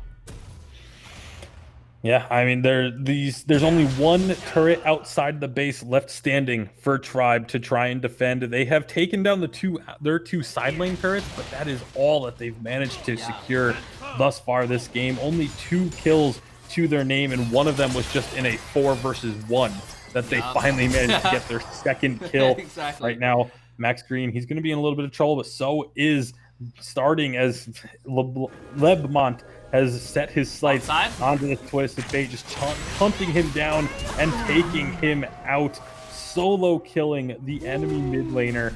And I mean, normally that would sound like a huge accomplishment, but they're so far ahead that it's just more expected at this point. Yeah, exactly. I mean, jungler killing mid laner. You would expect mid laner to have a lot more farm, but look at the gold right now. Vi is sitting at 12,000 gold, the highest in the map. Higher, like 2,000 gold ahead of anyone from Team Tribes, and that's the most valuable player starting on that Twisted Fate. Now bottom lane. Bottom lane is going to be absolutely ambushed. The ultimate's coming through. They lock down one. They find another kill. The turrets have been destroyed. The Nexus is now vulnerable, and Goons are looking to end this game in less than 14 minutes. The Nexus has fallen. Goon takes game 1. Absolutely dominant performance, and I mean, I was not expecting it to be that lopsided of a game. I want to point out, that's a textbook play from Team Goons. Just a textbook play. Like, I don't know any other word to describe it. Even in the end, when they had a Baron fight, I pointed out many times yesterday, when you have Baron, what do? You push. When there are objectives on the map, you don't want to go fight for the dragon because it's 50-50. You might have a tiny bit advantage. At that point, obviously, Team Goons had a lot of gold advantage, so that's on top of that. But still, when you have Baron, you want to utilize the Baron buff to the full extent. When you push, enemy can't do dragon either. So why are you rushing the dragon when you can push towers? In this case, you can end the game. That's exactly what Goon provided for us, delivered for us. So textbook play from Team Goons. Congratulations for taking the game 1. Yeah, absolutely strong performance from Goons. Again, I was expecting this to be a very close back and forth affair. Instead, Goons absolutely decimating Tribe in game number 1. We'll see if Tribe are able to bounce back for game number 2, but that was not close. That looked like Tribe versus J4F going the opposite direction, as that was an incredible performance from Goons to start things off. No, he said it. He pointed out the reluctant fact that game doesn't look like that. 218, 07, 05, 03, and 12. Next game is Tribe's game to win. Everything's on the line. Can they pull it off? Ladies and gentlemen, this is your chance to hit a like, subscribe, and turn the bell, and share the stream with your friends. Have not joined the coolest, greatest, baddest. And remember, the grand final for the Mobile Mayhem North America Tournament will be streamed exclusively on Trovo, so this is your chance to head to Trovo.live if you have not. We're gonna go ahead and take a short break. We'll come back for Game 2. Will Tribe take us to Game 3, or will the journey end right here in Game 2? We'll see you guys in a little bit.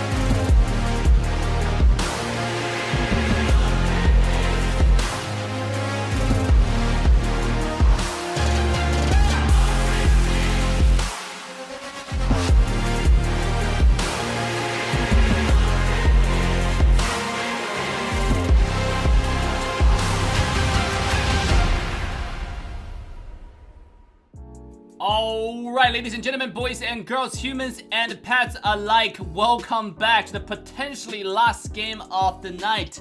The Mobile Mayhem North America Wall Rift Tournament Season 1, Week 1, Day 2. This is the match 3 between Tribe and Goons. We're at game 2 right now with 1-2-0 to Goons' favor. Whew, how are you doing, Mr. Tasty? Looking forward to this game. I'm wondering if Tribe is going to be able to bounce back. This is a team that we know they're very strong. We know that they are exceptionally skilled players. But after getting stomped in game number 1, will they be able to bounce back mentally to be ready for game number 2? And will they be able to draft themselves a composition that will take down Goons in game 2? Absolutely. Right now, it's more of a mental confidence, right? Do they have the mental fortitude to put themselves together as a team and continue next game? Because the last game really is uncharacteristic of Team Tribe. You know, a team was sitting on the top of the pyramid in North American competitive scene and then getting absolutely destroyed. I mean, I think it surprised them also. So without further ado, the second game ban pick is underway. So let's quickly jump into the ban pick. If you're watching the stream, ladies and gentlemen, make sure to share the stream with your friends, with your family, and tell them the match of the night is on. This is the time to get your popcorn, get your soda, put it on big screen, and let's go. All right, early on in this draft, Olaf and Camille being the 2 targeted bans for these teams. Ziggs going to get picked up this time as it is left open here, and that's going to be the side of Goons with that strong mid lane pick to start things off. Yep.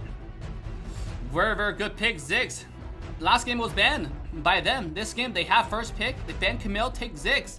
One of Hoon's most popular picks, most favorite picks. So, I mean, because Hoon is a meta slave. I mean, he likes to say that himself. He plays everything meta to rank up. This guy doesn't give a freak, you know, what is meta, what's not meta, what's fun, what's boring. He doesn't care. He just needs to rank up. So he played whatever's in the meta. And he spammed Ziggs like, I don't know, hundreds of games. So sure enough, one of the most comfortable picks this guy can play. So Ziggs gonna be, and also one of the strongest pick in the current game. So sure enough, gonna be the first pick for them. And Tribe, we're seeing that Vi coming out. What's going on?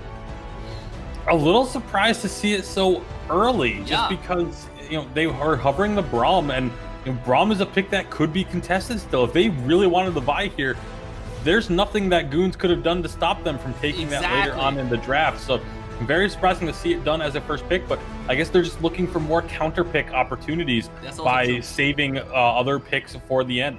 Yeah, we repeat the pick the enemy already picked. That only tells us that rationally they want to be counter picking the enemy side. But I mean, there are not too many counter pick, to be honest, because you're leaving a really powerful pick on the table. You're leaving Braum on the table, giving to the opposition, and they're gonna take out Israel, Braum, the Poe comp, the dream composition. We talk about Ziggs, Israel, Braum, how strong this synergy can be, just how strong the Dragon Lane can be. It's gonna much easier for them to path through the early game and get to the power stage, where Israel finished at 3 items, when Ziggs finished at 3 items, they come in and they're gonna bump the hell out of your team. So interesting strategy coming out from Tribes on their ban picks.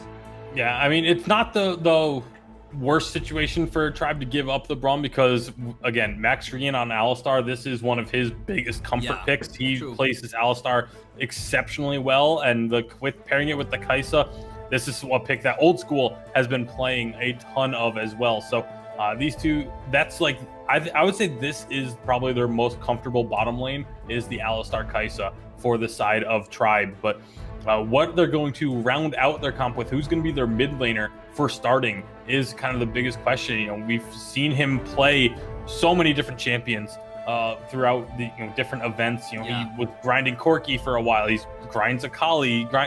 He basically will pick a champion and just grind them for a while, and then he'll just switch to a different champion, grind that for a while. And his champion pool, he is probably one of the deepest champion pools of anyone in Wild Rift. Yeah, you can see all the available choices right now. There's Orianna you can pick out if that's something you want to do to give yourself a little bit of poke. If you look at our team comp, it's full dive, and there's 0 poke available, right? So I think it makes a little bit more sense to, I mean, Corki is still available, but if you want to go full dive, you can go Cannon, go Suki style, right? So something that if you want to commit to your competition, go for it. Alistar, you can trust Max Green to land those beautiful engages. So if you can trust your teammates, I mean, they're all of a sudden open up more choices for your team. Oh, Ahri.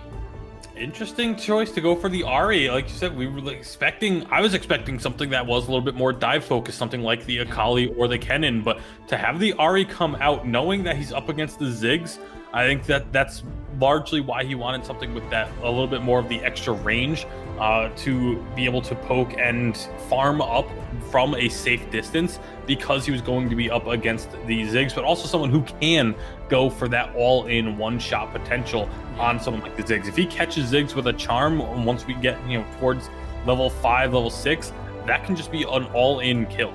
Absolutely, you're absolutely right. I mean, the thing about Ahri is probably one of the most self-sufficient mage in the game. Like Ziggs actually need, Ziggs actually need help, but Ahri doesn't. Ahri is one of the, I can say, the only mage that counters assassins, because you can't kill her, right? She has 3 dashes and she has an auto-aim charm that allows you, like if you're Zad, for example, you jump on her, doesn't matter where you are, doesn't matter how fast you click on your W to double dash.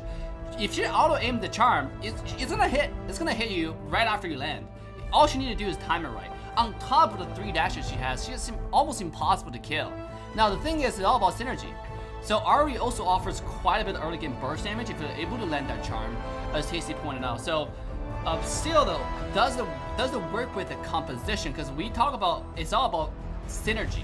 Does your pick work together in unison? So this game, again, I think I prefer GOONs composition. They have engage, they have disengage. The Monkey's ultimate can engage and it can disengage, right? He has 2 ults, he has 2 knockups. One's engage, one to disengage.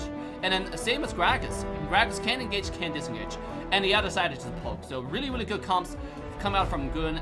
My vote of confidence for picks goes to GOON this game. Yeah, and I mean, one of the things, I think once it goes towards the late game, I completely agree with you that I think when it comes to full-on team fights, I like what GOONs has better.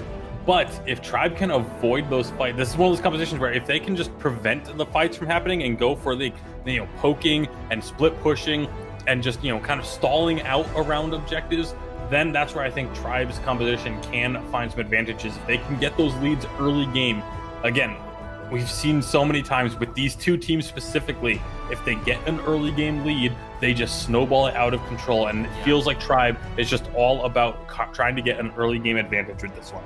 Yeah, absolutely. I mean, Ahri is the champion. If you want an early game advantage, Ahri is the champion to go. Because Ahri is assassin type of mage. If she catch somebody from the bush with a charm, it's GG's. With Alistar, same thing. You got a lot of Chin CCs coming out. With Vi, it's going to be a lot easier for Ahri on top of it. So, talking about individual, like single target synergy, Tribe has that. And what does individual synergy provide? Snowball. So once again, Tasty just 100% correct on that. Like this is what Tribe wanted to do, and can they pull off what they wanted to do though? That's something we'll see. Do we see? Wait. I think we're gonna have to remake this game. The viewers can't see it, but it looks like Hoon and Old School have swapped teams for this one. But yeah, I assume it's going to be a remake. So I do like that they picked the right champions. Yeah. I mean, no, Hoon didn't. Yeah, I see Jax also. So, but the thing about Wall Rift is like you cannot remake the game right off the bat. You have to wait. So yeah, so it's gonna be a little bit. We're gonna have to they're gonna have to just push in. Usually, what ends up happening in a situation like this is the players just decide, all right, we're gonna have one team just go full in and push down one lane and just end the game quickly as possible and get a remake going. But so it's going to be a little bit. At least this is not the actual game. Just for everyone. This is not actual game. At least everybody's using their rainbow, the power of the Pride Month. Happy Pride Month, guys. If you look at that, I mean, it's just people are having fun walking around. We gotta wait for a few minutes. And speaking of Jax, though, Jax is actually a champion that you can't estimate Jax anymore. They kept on buffing Jax damage, and now if Jax jumps in with a Q auto attack damage, actually quite a bit, especially one of those enhanced Qs. You really can't just underestimate him. Like, I'm seeing more and more Jax. Maybe with our and Ben pick, we might even see Jax in the competitive scene. Very well could. I mean, Jax is one of those champions that can really just, once you get a little bit of momentum with him, he can be extremely strong. I think the problem that Jax has right now in Wild Rift is that it takes him excuse me, a long time to stack up. Yeah. And a long time to get rolling. Like even once he is fed, it still takes him like 3 to 4 attacks before he's actually at full strength. And so that, you know, you just don't have that sort of time in Wild Rift generally. It's just going to be, again, players just having a little bit of fun right now as we get ready for the poke. Looks like a couple of them have just... But see, when you have the Jax, it's all about the silent though. Like once you... This champion can't go to the silent. Once you get fed, it becomes a silent monster. And I can argue it's only one of the few champions that can actually duel against Fiora on the silent, if they're equally farmed. Because there's not too many choices in the game that can skill as well and do as much single target damage while sustaining. And Jax is one of them. You know, if you cannot trade all attack with Jax in the game one-on-one, like you cannot. But obviously, the Jax doesn't really offer that much in team fight. That's one of the reasons why this guy is still just a featherweight, not really picked in competitive. Yeah, it's picked for situations like this when you need a remake because he can take down turrets pretty darn quick. Exactly. But I'm kind of surprised that it's we're not seeing literally everyone from just going and trying to push all at once. Yeah, they have a Jax. They could have ended it really fast. I think that's probably what Max had in mind. Trolling his own teammate by stop killing off the minions so that Jax can't keep pushing. Yeah. So hopefully these guys actually get it together and get this game finished as quickly as possible so that we can get to the actual game. Yeah, yeah. Professional level win trading, people say. Maybe. By the way, just want to say officially that we confront all form of win trading. If you're a win trade, you don't deserve to play this game, please delete your account. Like, I mean, imagine people win trade in a MOBA game. Like, what? Imagine people hacking a MOBA game. What's the point? Just go play Candy Crush instead, right?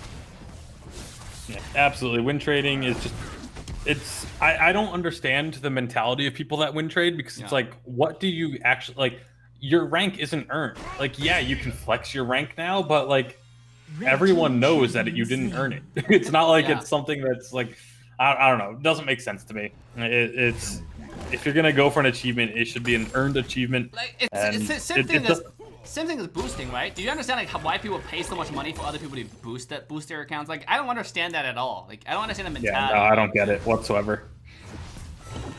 It's weird. I mean, it just tells you like we live in such a bizarre world right now. Everything can happen. The dragon has spawned. Well, hopefully we can get some communication to these players to get them to and I think they might just be waiting for the 5-minute mark for the surrender. That's what it seems like at this point. I'm actually curious. I'm not sure what's faster, is waiting for the 5-minute mark, or if we had all 5 of them, all 5 members of one team just hard pushing down the lane, which one would have actually ended it quicker? I think the second way, they just shove it down. They have Ziggs and Jax, dude. Like literally, Jax is one of the champions that can take down a tower before 4 minutes.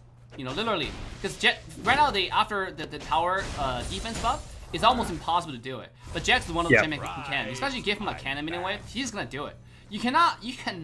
I think it is actually still faster to just wait for the surrender because of the fact that they have it so that when you take down a turret, all of the other turrets in that lane get extra defense. Oh, true. As well. So I think, you know, once, you can take down the first one pretty quick, but once you get to the second or especially the third one, it becomes almost impossible. But then I think it might actually be a little bit faster to just wait for the surrender. You know, in conclusion, Riot just need to add the, just change that where you can. For a custom game, absolutely. Custom games, you should be able to just, have everyone quit out and reset it instantly. Oh, there we go. We got a surrender. So, I can't believe people surrendered in competitive scene. This is just a disgrace. This is a disgrace to the esports spirit. Victory. I mean, we shouldn't allow this stuff to happen. This doesn't look good for. You gotta be careful. You know someone's gonna clip this and just be like, "Oh, look at what happened." Absolutely. I mean, everything you say now, it's you gotta be careful. But guys, we gotta wait for the next game to start. As you can see, we did run into a little bit of technical issues. We have Hoon kind of got imported into Tribe. And old school got imported onto the other side. It seems we had a trade in mid game. Traded rosters real quick, but we're just gonna get right back in. Obviously, the draft is already complete. We're gonna stick to that same draft. Yep. And we'll be getting into game here as quickly as possible. Yeah, just a quick reminder what the picks are. Here are the ban picks. If you don't remember exactly what has been picked out for that game. This is let me join the room. the last game ban pick that we have right here. For Team Tribe, we do have Vi, Fiora, Alistar, Kai'Sa, as well as Ahri. Yeah, and over on the other side for Goons is going to be the Ziggs, Ezreal, Braum, Gragas, and Wukong. So a lot of AoE teamfight potential once we get later into the game. But for Tribe, it's going to be, as we talked about, all about this early game. They want to get the lead early and just stifle out their opponents that way. Can they do it? This is do or die, ladies and gentlemen. One game to go, and Goons are going to walk over to 2-0 forever. In this, because everybody's gonna play each other only one time in the group stage, so you only got one chance to prove yourself, and this is really last chance for Team Tribe to keep their crown, to keep their pride in the North America #1 seed. Ladies and gentlemen, let's quickly jump into the second game, Team Tribe versus Team Goons. Game at number 2, going to be loading on in. Get a look at these beautiful skins that everyone's going to be bringing to the table, except Braum and Wukong going with the base default skins there, but everyone else shame skinned up. Shame. Imagine not using skins, especially on Braum. Like if you have LT Gray Braum available or Crime City Braum, both of those are phenomenal. But right now Chuck actually going to be Hitman going to be charging right on into Chuck. And it's going to be Chuck, once he realizes that Hitman was by himself, he goes right back in for a trade. And because of those target points that Fiora gets, is able to come out on top very heavily in that initial trade. I understand you want to establish a lane presence and stuff, but there is something called just straight up counter relationship. You just can't win against Fiora as Gragas. This is no such thing. Oh my goodness. Look at mid lane real quick. Sorry to cut you off, but starting extremely low just from Hoon poking him with the Ziggs, just throwing out attacks as soon as starting tries to get close. Now starting have to recall, and it makes look at who is holding the lane flawlessly. If starting comes in to get poked, starting already missed like 2 minions, I think, and if this continues, it's not looking good for starting at all in this lane. Look at starting that. really needs to get some help from his minions in these trades, and that's what he was hoping for on that last trade, but it is just absolutely Hoon in control of this mid lane to start things off. That is not what Tribe wanted to have happening here in the early goings. Yeah, that's going to be like one level ahead to Hoon's right now, because you can see Hoon's level 3, and the minion wave is still pushing towards Hoon, and starting is just 2.5. Like, she still have problem getting close to the lane. And if Hoon somehow denied this cannon from starting, it's game over in mid lane. Using the satchel and the minefield to get some immediate damage as soon as starting gets back. He's already down below half again, and he doesn't have the honey fruit. This is a disastrous start to the mid lane for starting. He has to play so safe. Finally, the wave will crash into him, and he's able to get a couple of minions, but this is just massive advantage here in the early goings for Hoon. T-Tigers trying to make a play, but Wukong is right there as well, so he does get some good damage onto Hoon, but they aren't able to try and secure a kill. But now Wukong can maybe look for a rotation to the bot lane, but may not be able getting a chance to, as that's going to be Max Green and Old School getting a ton of damage onto Charm. He's almost goes down, but is able to stay alive. Now here comes Wukong. Gets the stun. They're trying to make something happen here. T-Tigers has rotated as well. The knockup is going to cancel the Vault Breaker, but then he gets headbutted back into the turret, and Tribe take the kills, getting themselves... actually, there was another kill somewhere else. In mid lane. 2 now. In mid lane, Goon actually died one-on-one to starting on the Ahri. He was playing a little bit carelessly, and look what happened. I mean... yes, you have lane advantage, but it doesn't mean you can make those mistakes. You have to understand, you're still playing against the best players in the game. Every little mistake is heavily punished bottom lane. It's not going to be too much of a punish there. Bot lane is going to be able to recall. But yeah, I didn't see the starting fight at all. I didn't see that one happen whatsoever. I was so focused on the bottom lane. Yeah. But to have that sort of advantage that Hoon had, I assume he tried to walk back into lane after the gank happened. That's the only thing I can imagine, is that he went back into lane at half health. Yeah. And Ahri, again, if she hits one charm on you when you're half health, you're just dead. You're kind of dead. And also Ahri, you can see from the summoners, Ahri apparently used both Flicker and Ignite. And in Hoon already, burned both of the battle spells right before summoners, right before the skirmish. I mean, and like you pointed out, Vi used the flicker to engage on him in the ultimate, so Goon burned everything, and he still walked back to the lane. I think that's resulting in the dash right there. I mean, with that kill, with that early game skirmish, it's gonna give Team Tribe 1,000 gold advantage before the dragon spawns. Yeah, that's going to be a big advantage, and also just the priority. It allowed starting to get back into the game. He's able to push that wave up and be able to start rotating now as well. Dragon has spawned. Tribe is starting this. They got the Scuttle Crab as well, but now it's going to be an attempt to try and get in here from the side of Goons. They are here looking for the charm onto Braum. Alistar goes low, but has the ultimate. Gets the knock up. The dragon gets stolen by Goons, and Wukong is going to be trying to get out alive. The Vi ultimate will secure him. Vi is low and will go down in a trade. Meanwhile, Ahri drops the Goon on the Ezreal and chasing into the mid lane. They're going to pick up the Kai'Sa as well, so they get the dragon and the kills. Goons just outperforming Tribe in that fight. Oh my goodness. I mean, what is this? Am I supposed to say jungle gap in this? Like, what just happened? I was about to say, point out item differences, and right before I was about to start to even say that, Monkey, Wukong just went in, steal the dragon, this is a team fight, an entire Goon just collapsed on them, get everything. That instantly get a 4-0 trade. That turned everything around, and now they're back to a 2,000 gold lead, 42 kill lead as well. Yeah, absolutely massive fight. And like I said, it was just, that was simply Goons outperforming Tribe in that fight. There is no other way around it. They just absolutely outfought them, outplayed them in a situation that really shouldn't. Max Green and Old School, they're still going aggressive though onto Hitman here in the 2-on-1 lane. Hitman tries to go out to get some farm, but it's just going to be pushed back once again by Old School. So now has to be very careful. And I like what he's doing. He's actually putting up vision to make sure he's not getting three-man dove, but it's going to be coming anyway. He throws out the ultimate just to try and clear out the minions. Not going to be enough. Here comes the charm from Ahri. Is it going to be enough for a kill? They do find the kill.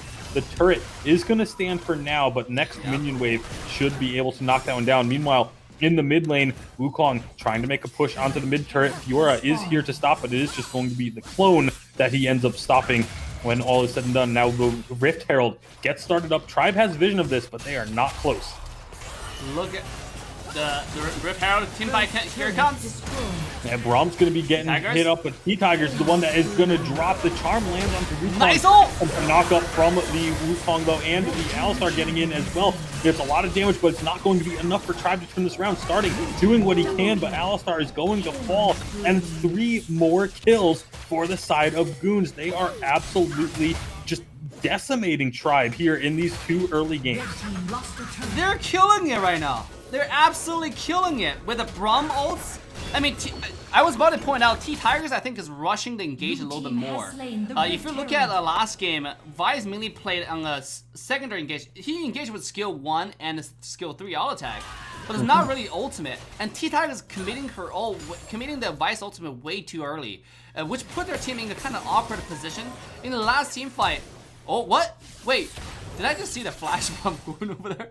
I mean, okay, still, that was, I don't know. I feel like entire team trying to take a deep breath, really relax and slow down the pace of their engage.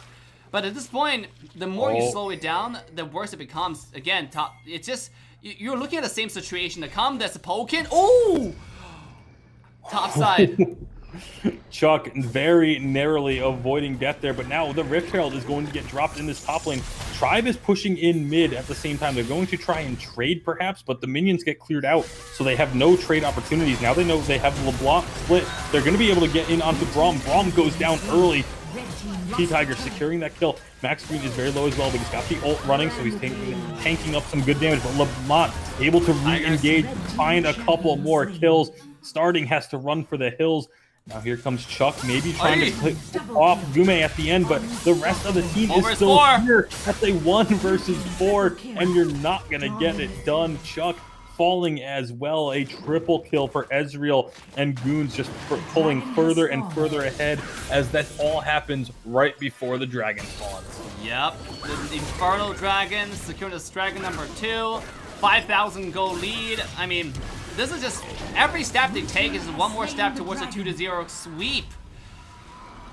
I mean, I'm trying to think about a strategy of what Tribe can do to win. There are a bush camping team comp. They need to predict exactly, like the carry like Israel, carry like Hoon, like the Ziggs, where they're gonna be most likely in the next team fight, and to camp the next bush right next to it. That's what they have to do. There's the only way for them to come back is to have a successful bush camp team fight. Bottom side. Speaking of bush camping. Yeah, this has been a disastrous set of games for Tribe and a really impressive showing from Goons. I had Tribe picked as my favorite to win the whole thing, but I think may have to jump ship onto the Goon side after the way these two games have gone, because they are in complete control here. 12-4 on the kills, a 6,000 gold lead. Once again, 9.5 minutes in, they have both dragons to their name as well. And Tribe, they're looking for ways to get in on these fights. They're looking for engagements. They're trying to pick someone off, but Goons, they are just always together. Wukong going in on his own, but he knows he has the rest of the team following up. Tribe is trying to get some counter damage done, but Lamont, that's just the clone going down. He's going to be escaping out the backside. They find the kill onto the Kaisa, and now they've gotten the buy as well. They take down Max Green. It's just starting, and Chuck left alive, and they are running for the hills. Another 3-0 trade. All at the same time, Ari was being pursued on the other side by Israel. I mean, you would never expect, like, a freaking Ari to, get chased by Israel. It's supposed to be the other way around. So, I mean, at this point of the game, really, it's already Goon's game to lose. I don't see a possible way out for a composition that heavily relies on Snowball. The only win condition is Snowball to have a chance to come back. Because they don't even have a sufficient wave clear. If you look at their composition, Ari is not the best wave clear champion in the game. And when we talk about like a team that have potential to come back, one of the most Did Israel just steal the blue with the ultimate? I think so. I mean, back to what I was saying, but one of the most important characteristics is you have to at least clear wave to defend your towers, bottom side. That's going to be another engagement here on the bot side. It's just going to be members of Tribe going low. It's unstoppable for Lamont. He goes so close to falling, but he still had the GA, so he wouldn't have even died. This is just total domination from Goons, as now it's going to be Hitman going aggressive here, but he doesn't care. He has teammates behind him. He has Wukong pushing in the wave and taking down the turret, and they're diving into the base, finding the kills that they need. Starting is just farming up on the top side. He doesn't even care about, he knows he can't defend this. He knows they can't hold this off. They can't stop this pressure from Goons, and Goons 2-0 against Tribe Gaming. Absolute monsters on the Rift here today. Oh, what a showing, what a demonstration, what a monstrous play from Team Goons and I. Everything's on point, but at the same time, I guess it's just not Tribe's night. It's just not Tribe's evening. Sometimes when team face pressure, so you gotta give them credit for doing the best they could. You know, still, game is far from over, guys. We're only in the groups. We're merely in the group stage, and then once this thing gets to the playoff, that's where everything gets more interesting. Whew. Yep, absolutely. But I mean, it is early, but it is so good to start off with this kind of momentum for Goons. They got the free win yesterday. We weren't sure how they were going to look coming into the rest of Mobile Mayhem, but they showed up with authority, absolutely dumpstering Tribe in these two games. Let's be honest, that was not close. That was not a competitive matchup. That was Tribe getting taken out back by Old Yeller and being put down by Goons here. They're going to have to find a way to really, refocus themselves. Like I said, maybe it's just one bad night. Maybe they were just off their game today, and they're going to come back strong throughout the rest of Mobile Mayhem. But I fully expect both of these teams to make it to the playoffs. But when that rematch happens in the playoffs, something is going to have to change for Tribe if they want to stand any sort of chance against Goons. Absolutely. I mean, expanding hero pool, for example, because traditional tournaments Tribe has really strong going, but when it comes to all-around ban pick, when you come to the ban pick mode where it requires a deeper champion pool, deeper synergy, you really gotta consider the team comp synergy. Like, does it work? You know. So when you have a composition that involves having a snowball and you're not able to get the early game advantage, in fact, you lose a few kills. I mean, actually, they had the early game advantage. Yeah, but they got those 2 early kills, and then just that dragon fight, they just did not show up at that dragon fight and just got. That all of a sudden, it just everything they played for in the early game just got lost. I think they committed everything way too early on the dragon. To be honest, like they committed all the skills on the dragon, and losing that dragon just hurts. Not having a vision on the other side, not able to zone enemy properly. When you snowball and when you have a snowball comp, I don't think dragon's that important of a thing, to be honest. Like, really, you want to snowball on gold, especially when you have gold. When you're assassin comp, you just want to camping a bush and wait for the enemy to show up, because they won't show up, right? If they don't show up, continue to push, continue to get Fiora to snowball. That's the key. And then with this game, we see them constantly team fight over and over again with T-Tigers using gold every time he has a chance to. I think that's just kind of break the game, because they were rushing. It feels like they're always on a rush. It felt like they're playing a ticking time bomb. Like it feels like if we don't win this right now, we're gonna lose.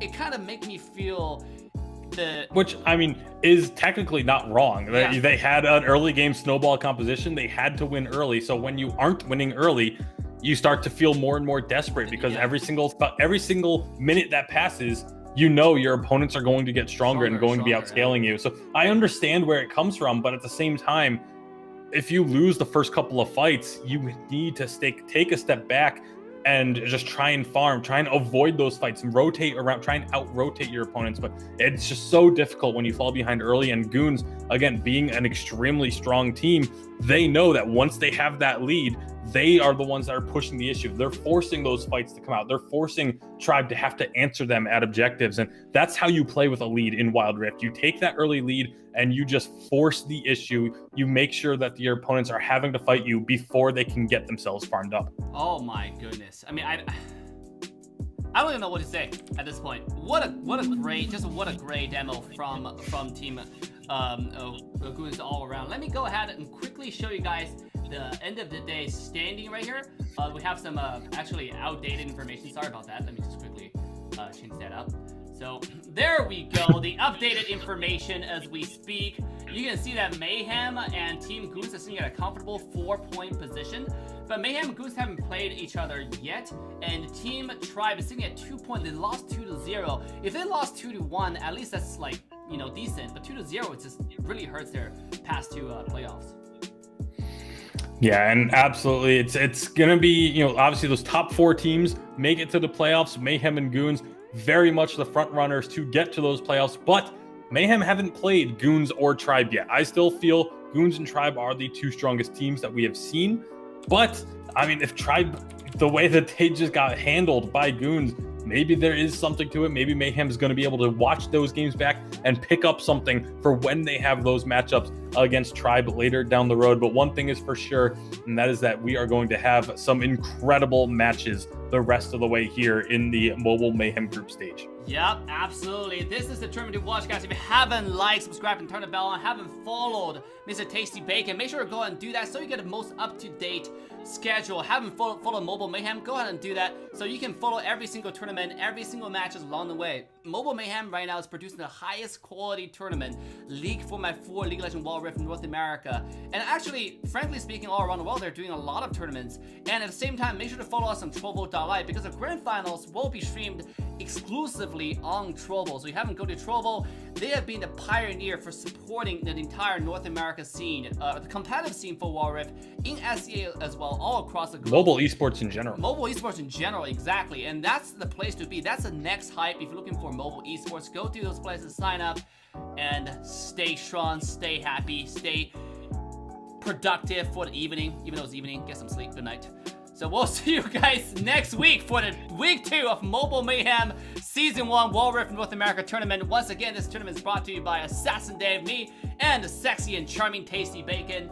With that, that's going to be it for us. Have a wonderful rest of your evening. We'll see you guys all next week.